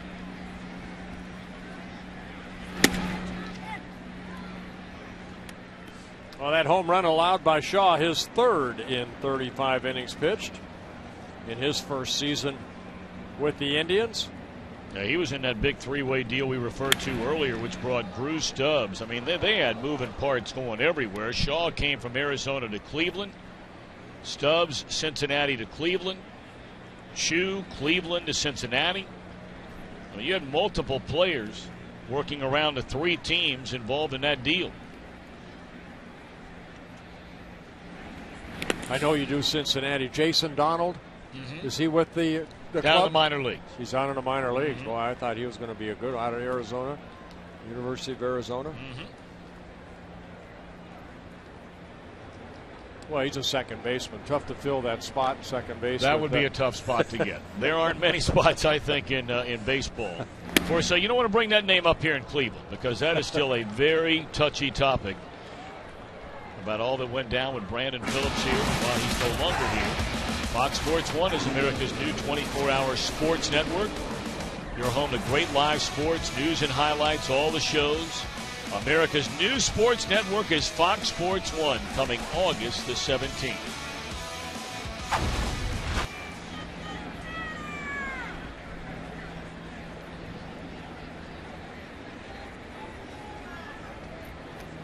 So tell me more about Brandon Phillips then, since we're sitting above Cleveland here. We're sitting up high.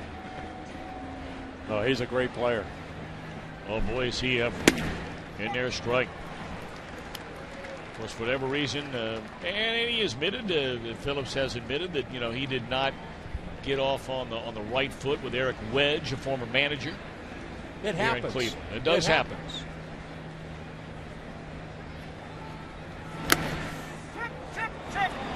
And now Shaw hits. No, or did he? Flormone is saying he got hit. The umpire, I'm not sure, is buying it. I think John Hirschbeck right away said foul ball, foul ball.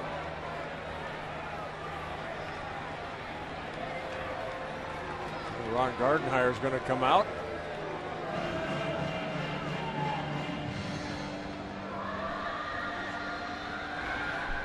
He gives the bat to Flormone.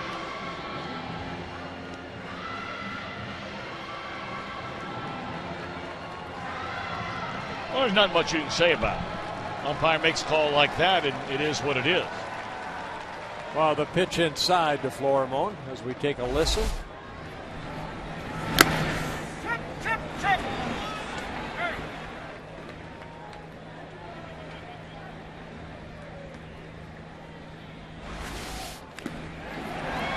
On the very next pitch, he got a foul piece. I'm sorry, it's still 0-2 on Flormone. The knob on that barrel of the bat, a lot of hitters will put their pinky finger over the barrel, and that's maybe what happened.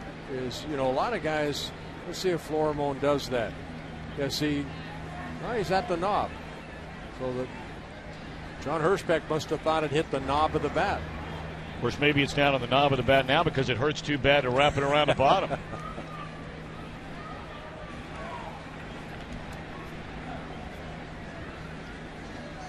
He's got tape on that knob.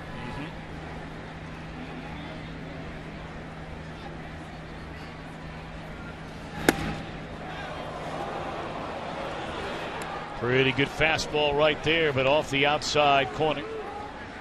And it is 1-2 on Florimone. Nobody out, 1 in, 1 on. We're in the 8th inning. And there's a fly ball into right field that Stubbs will track. And Dozier will scoot back to first, 1 away. You know, you're talking about last inning, Tom, about the draft and what clubs are looking for as the big, strong guy. You know, gone are the, 6-foot guys that maybe know how to pitch sometimes. Mm-hmm. I mean, I almost wonder now, and some might roll their eyes when you say this, but I really do. I really wonder now if a guy like Greg Maddux is going to be highly coveted coming out of high school, as he did in Las Vegas. He signed out of high school. If I'm not mistaken, he was a second-round pick by the Cubs. But, I mean, Maddux is throwing 91, 92 in high school.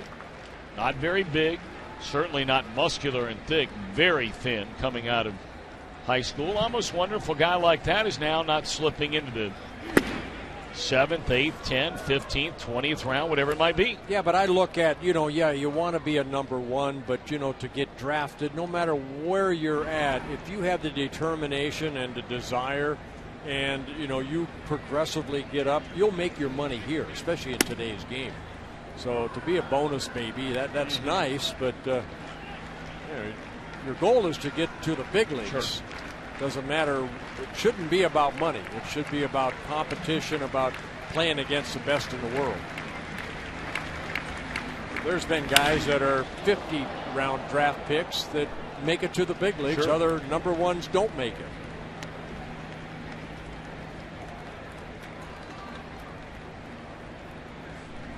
Shaw was a number 2 pick for the Diamondbacks in 2008 out of Long Beach State University.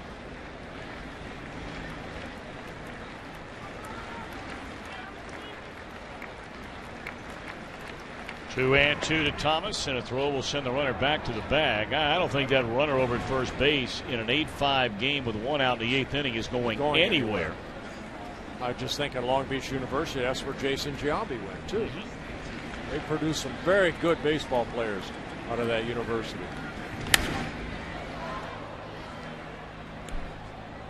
Still 2-2 on Thomas.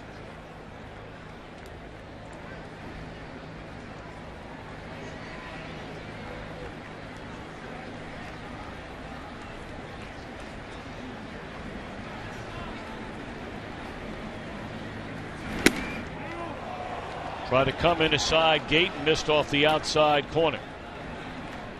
31 pitches in 5 plate appearances Thomas has seen in a game tonight.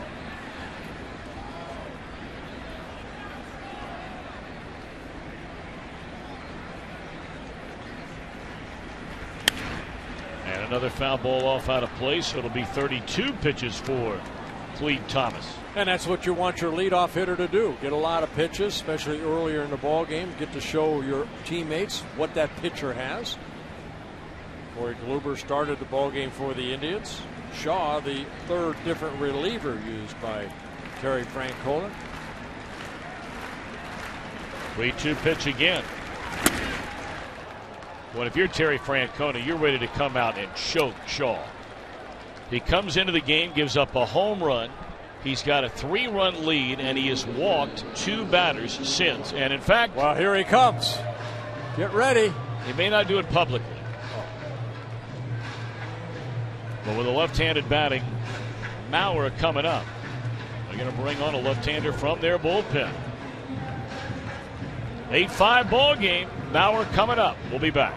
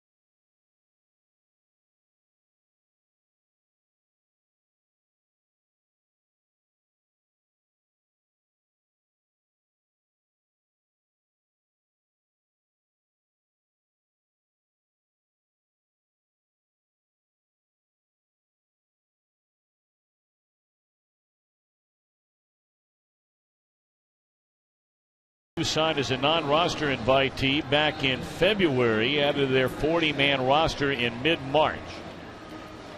And boy, has he had a hard time finding outs of late. He was having a pretty good year for this team through the first month and a half of the season, but all of a sudden over his last 10 games, Rich Hill has pitched 5 2/3 innings, allowed 14 hits and 11 earned runs.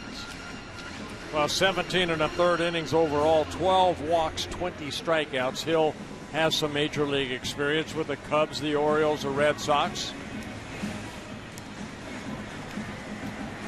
And he's facing Joe Mauer, of course, who in the opening inning of this game hit a long 2-run home run. Off of Corey Kluber on the first pitch, gave the Twins an early 2-0 lead. And it doesn't matter if you're a righty or a lefty. Joe Mauer actually has better numbers against lefties than he does righties. Well, he looks at a breaking ball away.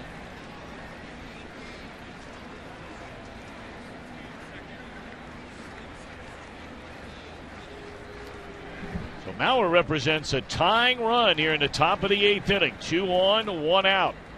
And Hill delivers. And there's a fastball, a strike on the outside corner.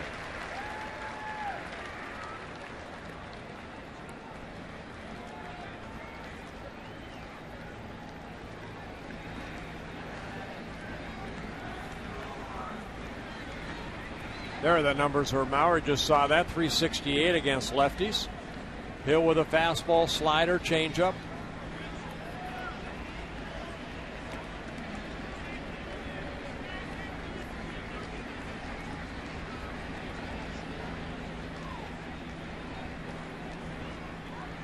Well, Terry Francona does not want to have this thing slip away. He has his closer. Of course, their regular closer, Chris Perez, is out with an injury.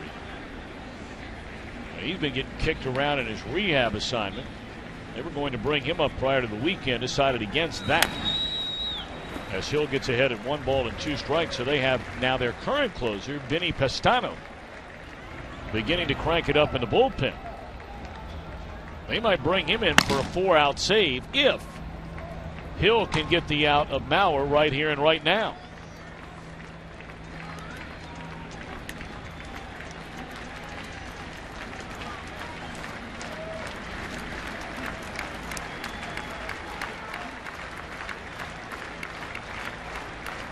Mauer waiting on the 1-2 pitch. And he strikes out looking on a fastball. And Joe Mauer turning and asking John Hirschbeck, maybe he thought it was a little bit inside. But Hill comes in and picks up a big strikeout here with a couple runners on and 1 out.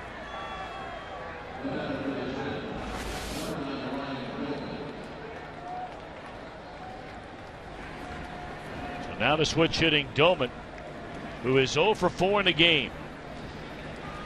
But Doman, 8 home runs, 35 runs batted in. We talked about all the RBIs he's had over the last couple of weeks. That's a nice first pitch breaking ball there, a strike.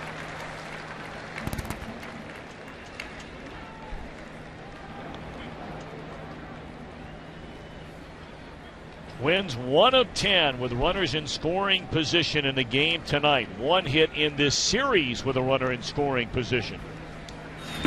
And it's 0-2. Big sweeping breaking ball there, right there by Hill.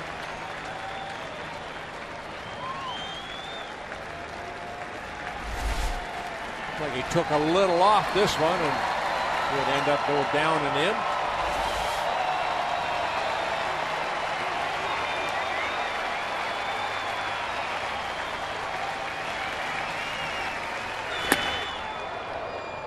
Fastball up and away, 1 ball and 2 strikes to Doman, who is a tying run of the plate here in the 8th inning. So I know you want to show him a fastball right there, but he took the first one for a strike, the curveball. Then he had a terrible swing at that one. Why don't you just come right back with it and throw it a little bit harder like you did that second one? Now he's trying fastballs rather than That's how you end up throwing too many pitches in a short amount of time. If a guy has a terrible swing at a curveball, keep throwing it. Now he's 2-2. Now he has to come in with a pitch. You don't want to go 3-2, let the runners start taking off, with 2 outs. So this is a big pitch right here for Hill. And he came with a breaking ball, and it's fouled off out of play down the first base line. And again, not a good-looking swing. But it's a breaking ball that he left up. He got away with that one. Domet probably would like to have that again. He's going to hit that a little bit harder next time. But sometimes pitchers, they try to get too fancy. That ball left up, and Domet just fouling it off.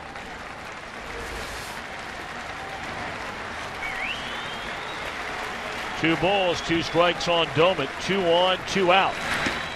That was the pitch that he made him look bad on That's earlier. the pitch he should have thrown after Domet saw that big curveball on the 0-2 pitch.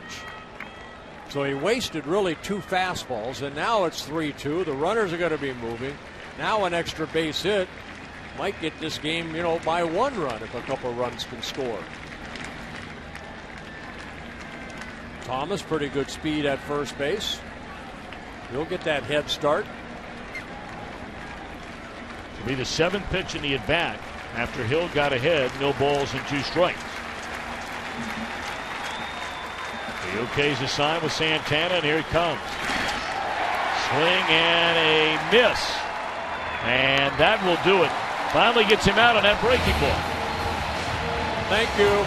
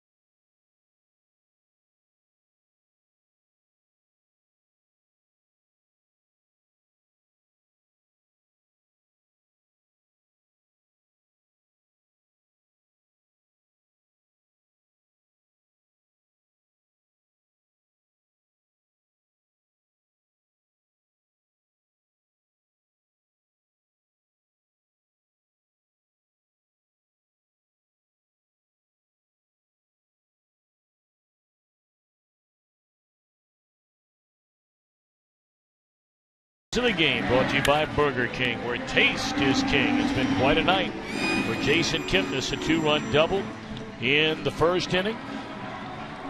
He had a single into left field in the 3rd, a triple down the right field line in the 4th inning, and then walked in the 5th.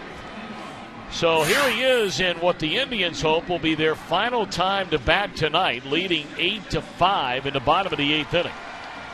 And Kipnis is a home run away of becoming the 8th Indians player ever to hit for the cycle in a single game. Well, they'll have to do it against a left-hander, that being Caleb Thielbar, making an appearance. He worked last night. You see the numbers on Jason Kipnis. Thielbar in last night's ballgame, 16 pitches, 8 for strikes in a shutout inning. And he has been outstanding in that bullpen. Making Presley, his 12th relief appearance. Sorry about that, Bert.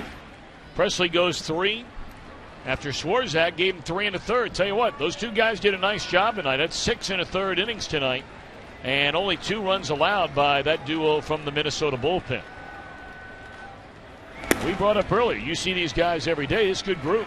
it is a good group out in that bullpen. They just don't want this to happen tomorrow, Sure. you know, because really Swarzak and Presley are two guys in that bullpen that can go multi-innings. And Gardy had to use both of them. Big breaking ball right there by Theobar. 2-2 on Kipnis. We showed you the numbers on Theobar. 12 and 2/3 innings. This is his rookie season. He just got called up back in late May. Only 5 hits allowed, 6 walks, 12 strikeouts. Yet to give up a run. Well, it won't be a hitting for the cycle night tonight unless the Indians really get it rolling here in the bottom of the 8th as Kipnis is out for the first time all night. Well, Detroit has already won tonight. Tigers hammered Boston a final count of 10-3. So if the Indians can hold on, they would stay 3 back. Minnesota would lose a game in the standing. Now you see the American League Central all the time. Let's start with Cleveland. Can this team hang in there with the Tigers moving forward the rest of the year? I think they can if their starting pitching is good. You know, they're going to have to find a closer. I know that Pisano right now is the closer, but do they want Chris Perez back? That's up to the organization with the other stuff that is going to have to deal with. Offensively, pretty good hitting ball club. There's a fly ball into right center by Brantley, and that's out number 2. Tonight's telecast, presented by Ace Hardware, is sponsored by Scott's, the official lawn care company of Major League Baseball. And by Chevrolet, find new roads. 2 up, 2 down here in the 8th. All right, so the closing situation. Personally, I like Kansas City over Cleveland. I just think they have a better pitching staff, starting staff, than Cleveland. I look for Kansas City. I know George Brett has taken over as a hitting coach. There's kind of a new, better enthusiasm there. So I think in the long run, if Kansas City, if their staff stays healthy, they went out and got some very good starters. Boy, poor James Shields has won 2 games this year and an ERA right around 2.5. Right. Definitely needs some run support. He needs to buy George Brett something. Well, Kansas City lost earlier today 3-2. That's the kind of baseball games they play often. So Kansas City is now 4 games under 500, would slip to 6.5 back. Cleveland would remain 3 back if Pestano can come on and get the final 3 outs and nail down this 3-run lead.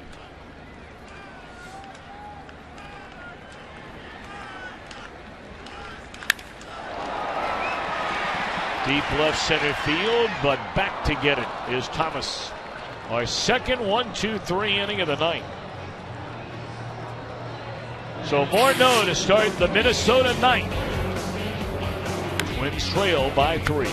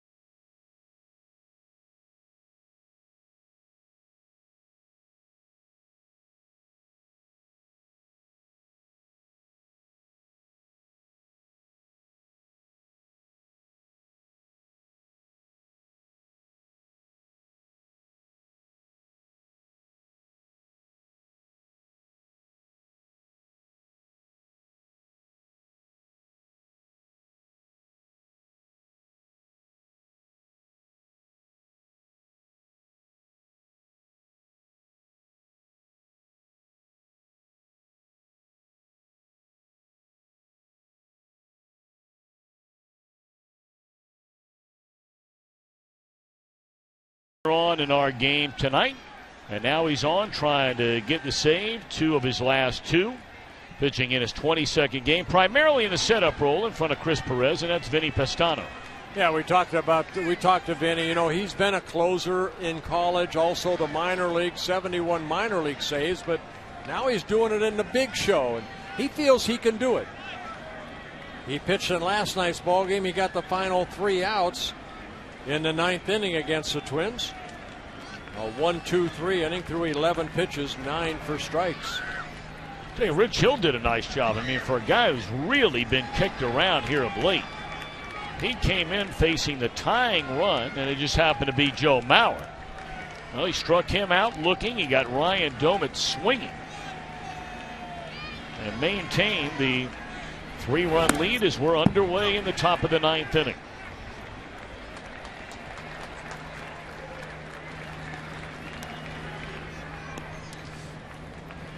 Morneau tonight, 1 of 4, singled back in the 3rd inning. He'll be followed by Plouffe and then Arcia. Plouffe a couple of hits. Arcia's hit a home run. Minnesota needing base runners, trailing by 3 in the 9th.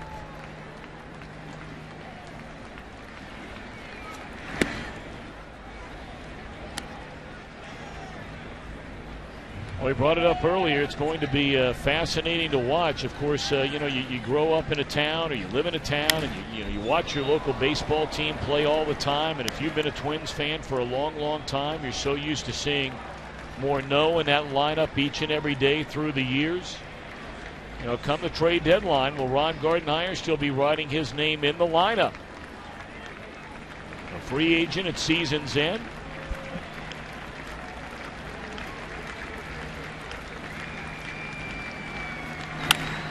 Grounded foul, where so much is dependent upon, you know, obviously first and foremost, where is your team? If you're in the hunt, you're not trading Justin Morneau. I mean, if you've got a legitimate chance, all of a sudden maybe some lightning in a bottle on this end and that end, and the starting pitching gets better, and all of a sudden you're 2 or 3 out, well, maybe you don't make the move. But you start slipping to 8, 10, 12 back, and you start saying, okay, you know, we're looking forward for the betterment of the future for this entire franchise. For the organization. But you know what? On the positive side, Justin can still create some power. He's 32 years old. He's been in a Twins uniform his whole career. He signed by the Twins back in 1999. 11 seasons at this level. You want to see guys like him stay with an organization their whole career. As if he not get traded, he becomes a free agent. It's going to be up to him. Does he want to stay a Twin, or does he want to try somewhere else?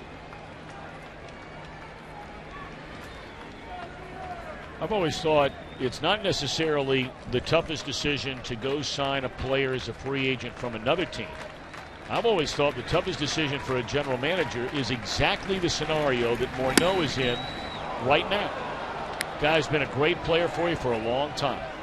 You start getting up a little bit in age, wear and tear of the 11, 12 years in your career, the emotional part of the fans wanting the guy back. And how much value is out there. Sure. What can you get in return if that were to happen? That ball is scalded into left center field, and this will be a double off the bat of Morneau to start the 9th inning. Justin getting his second hit. Well, again, next Saturday on Baseball Night in America, Chris Davis looks to continue his home run barrage. The Orioles will host Robinson Cano and the Yankees. Cincinnati will go to Texas to battle the Rangers in an interleague matchup. Or other regional action. Baseball Night in America, presented by Ace Hardware, begins next Saturday, 7 Eastern, only on Fox. So now Plouffe, 2 hits and an RBI tonight.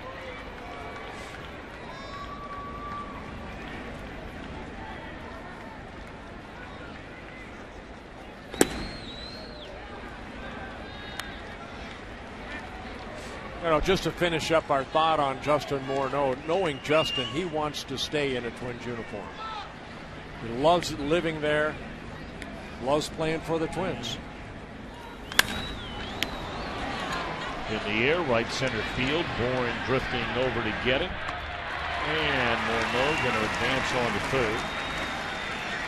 I'd like to remind you, you can tune in tomorrow on Fox Sports North, and you know who you can watch there tomorrow. Or Fox Sports Ohio for those of you in the Buckeye State. The finale of this series, coverage getting underway 12:30 Eastern for Fox Sports Ohio, 11:30 a.m. Central on Fox Sports North.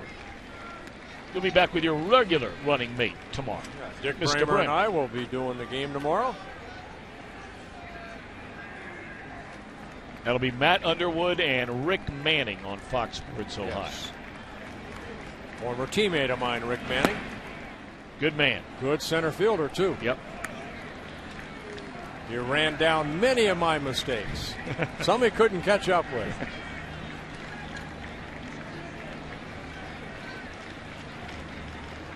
One-0 pitch, and it's a foul. Hard hit ball by Arcia. Boy, you just watch this guy play one or two games, and you can understand why they're so excited about this guy. Well, here's a guy in 5 minor league seasons in the Twins organization, a .314 minor league hitter. Got some pop in his bat, 53 home runs in the minor leagues, but I think this young man's just getting better and better. Only 22 years old. You know, a lot of times it can be very misleading, especially for a Latin-born player. And I only bring that up because every one of those guys are signing when they're 16. Almost everyone. So when you look at their minor league home run numbers, and Sammy Sosa comes to mind long before all the rumor of this or rumor of that, but a guy was never known as a power hitter. But when you're signing at 16, you weigh 150 pounds. Right. You know, for 3 or 4 or 5 years in the minor leagues, you're not going to hit very many home runs. I think if Arcia can maintain this weight that he's at right now, 220, he's 6 foot tall, he's going to hit some home runs. I'm with you. I'm with you. This guy's got a good-looking swing. Powerfully built young man. 3-2 the count.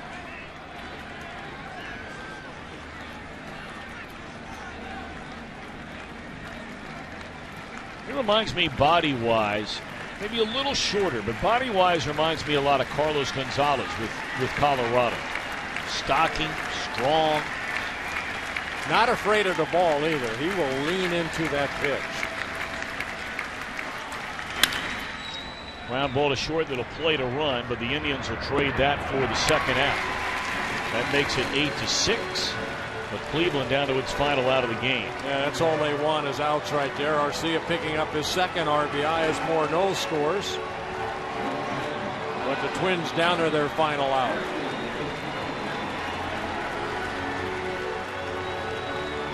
It's been a very, very good homestand for the Cleveland Indians. Of course, they've been good at home all year long. We've talked about that. Yeah, a win here this evening would make them 24-14, 10 games over 500 at home.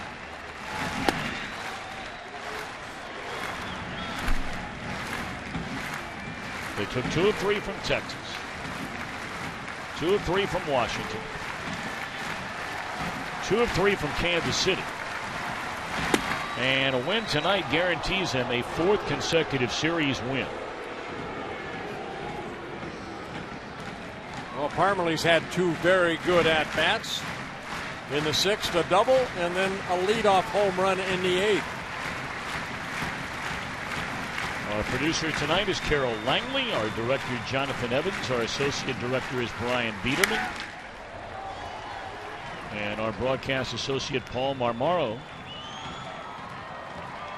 Thank our entire crew right here in Cleveland, Ohio. Always a pleasure to come up here and work with these folks. Nice people, do a great job, and we thank them for everything tonight.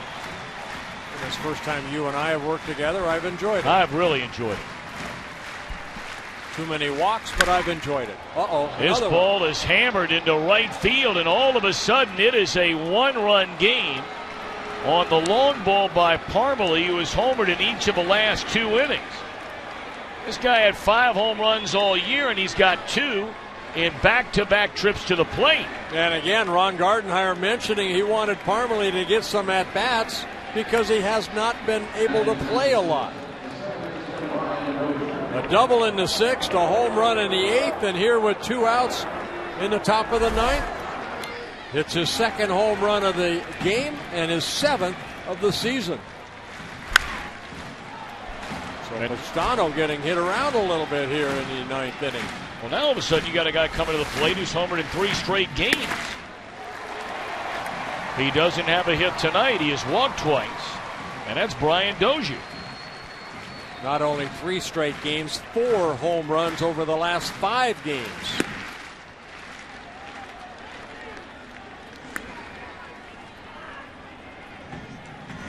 These fans have seen nearly 4 hours of baseball here tonight. They're ready to celebrate a win and check out some fireworks after the game. But don't look now. The Twins are 1 crack of the bat away from forcing the Indians to bat in the bottom of the 9th inning.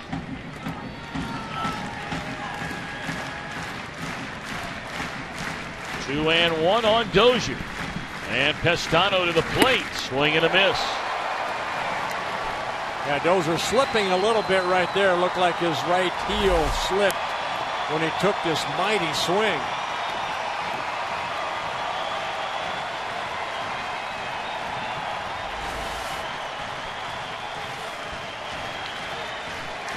Josh Willingham has moved into the on-deck circle, getting another day off today. There's ball 3.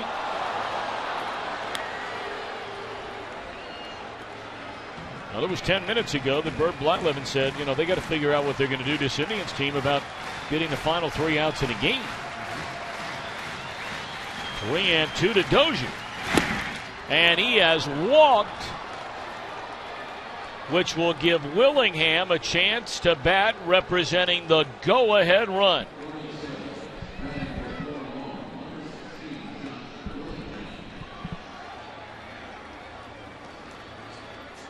And that'll bring out the pitching coach, Mickey Callaway.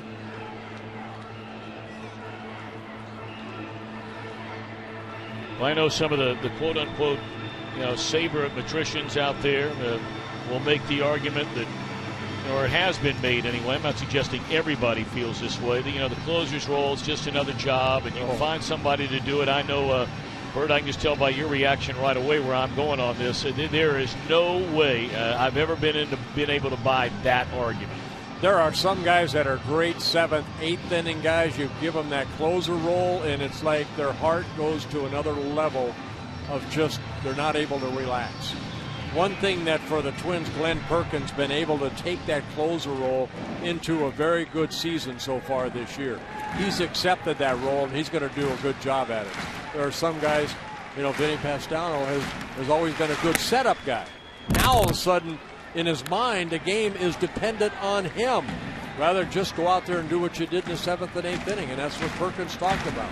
And in reality, more times than not, when Pastano was coming into the 7th or 8th inning, they were far more trying circumstances than generally a closer will take over in the 9th. 1-1, the count on Willingham. Well, Willingham coming up. He leads the Twins with home runs, with 10 of them. 0 for 1 as a pinch hitter this year. His 30th pitch.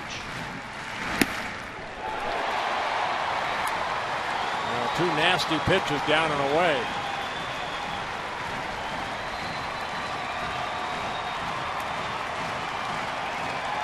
Willingham hoping to get healthy again and start producing like he did a year ago for Minnesota.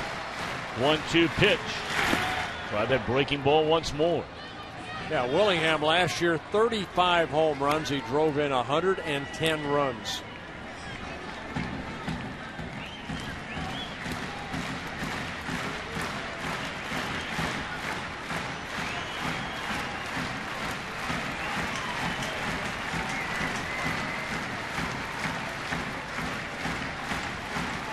Pitch number 32 of the 9th inning.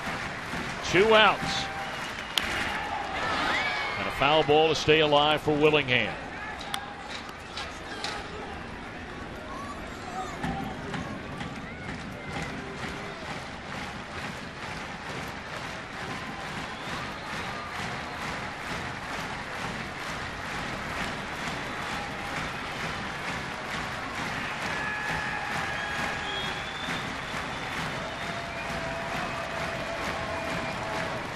Tying one at first, lead one at the plate, 2 out.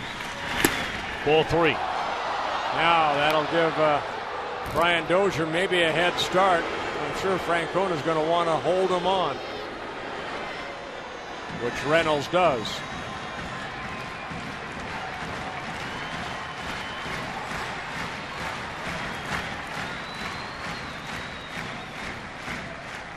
And Santana's going to go out there and talk to his pitcher and see what they want to throw here.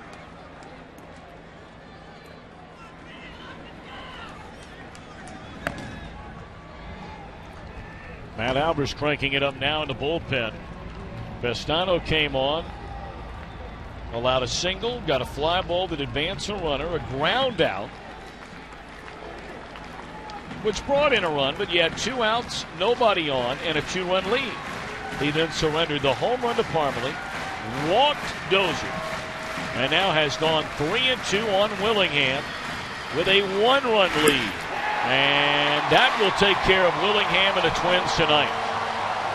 Castano will get the save. It's not a pretty save, but he will get the save, and the Indians hold on and win this ball game. 8-7 the final. We'll be back to wrap things up from Cleveland right after these messages from your local Fox station.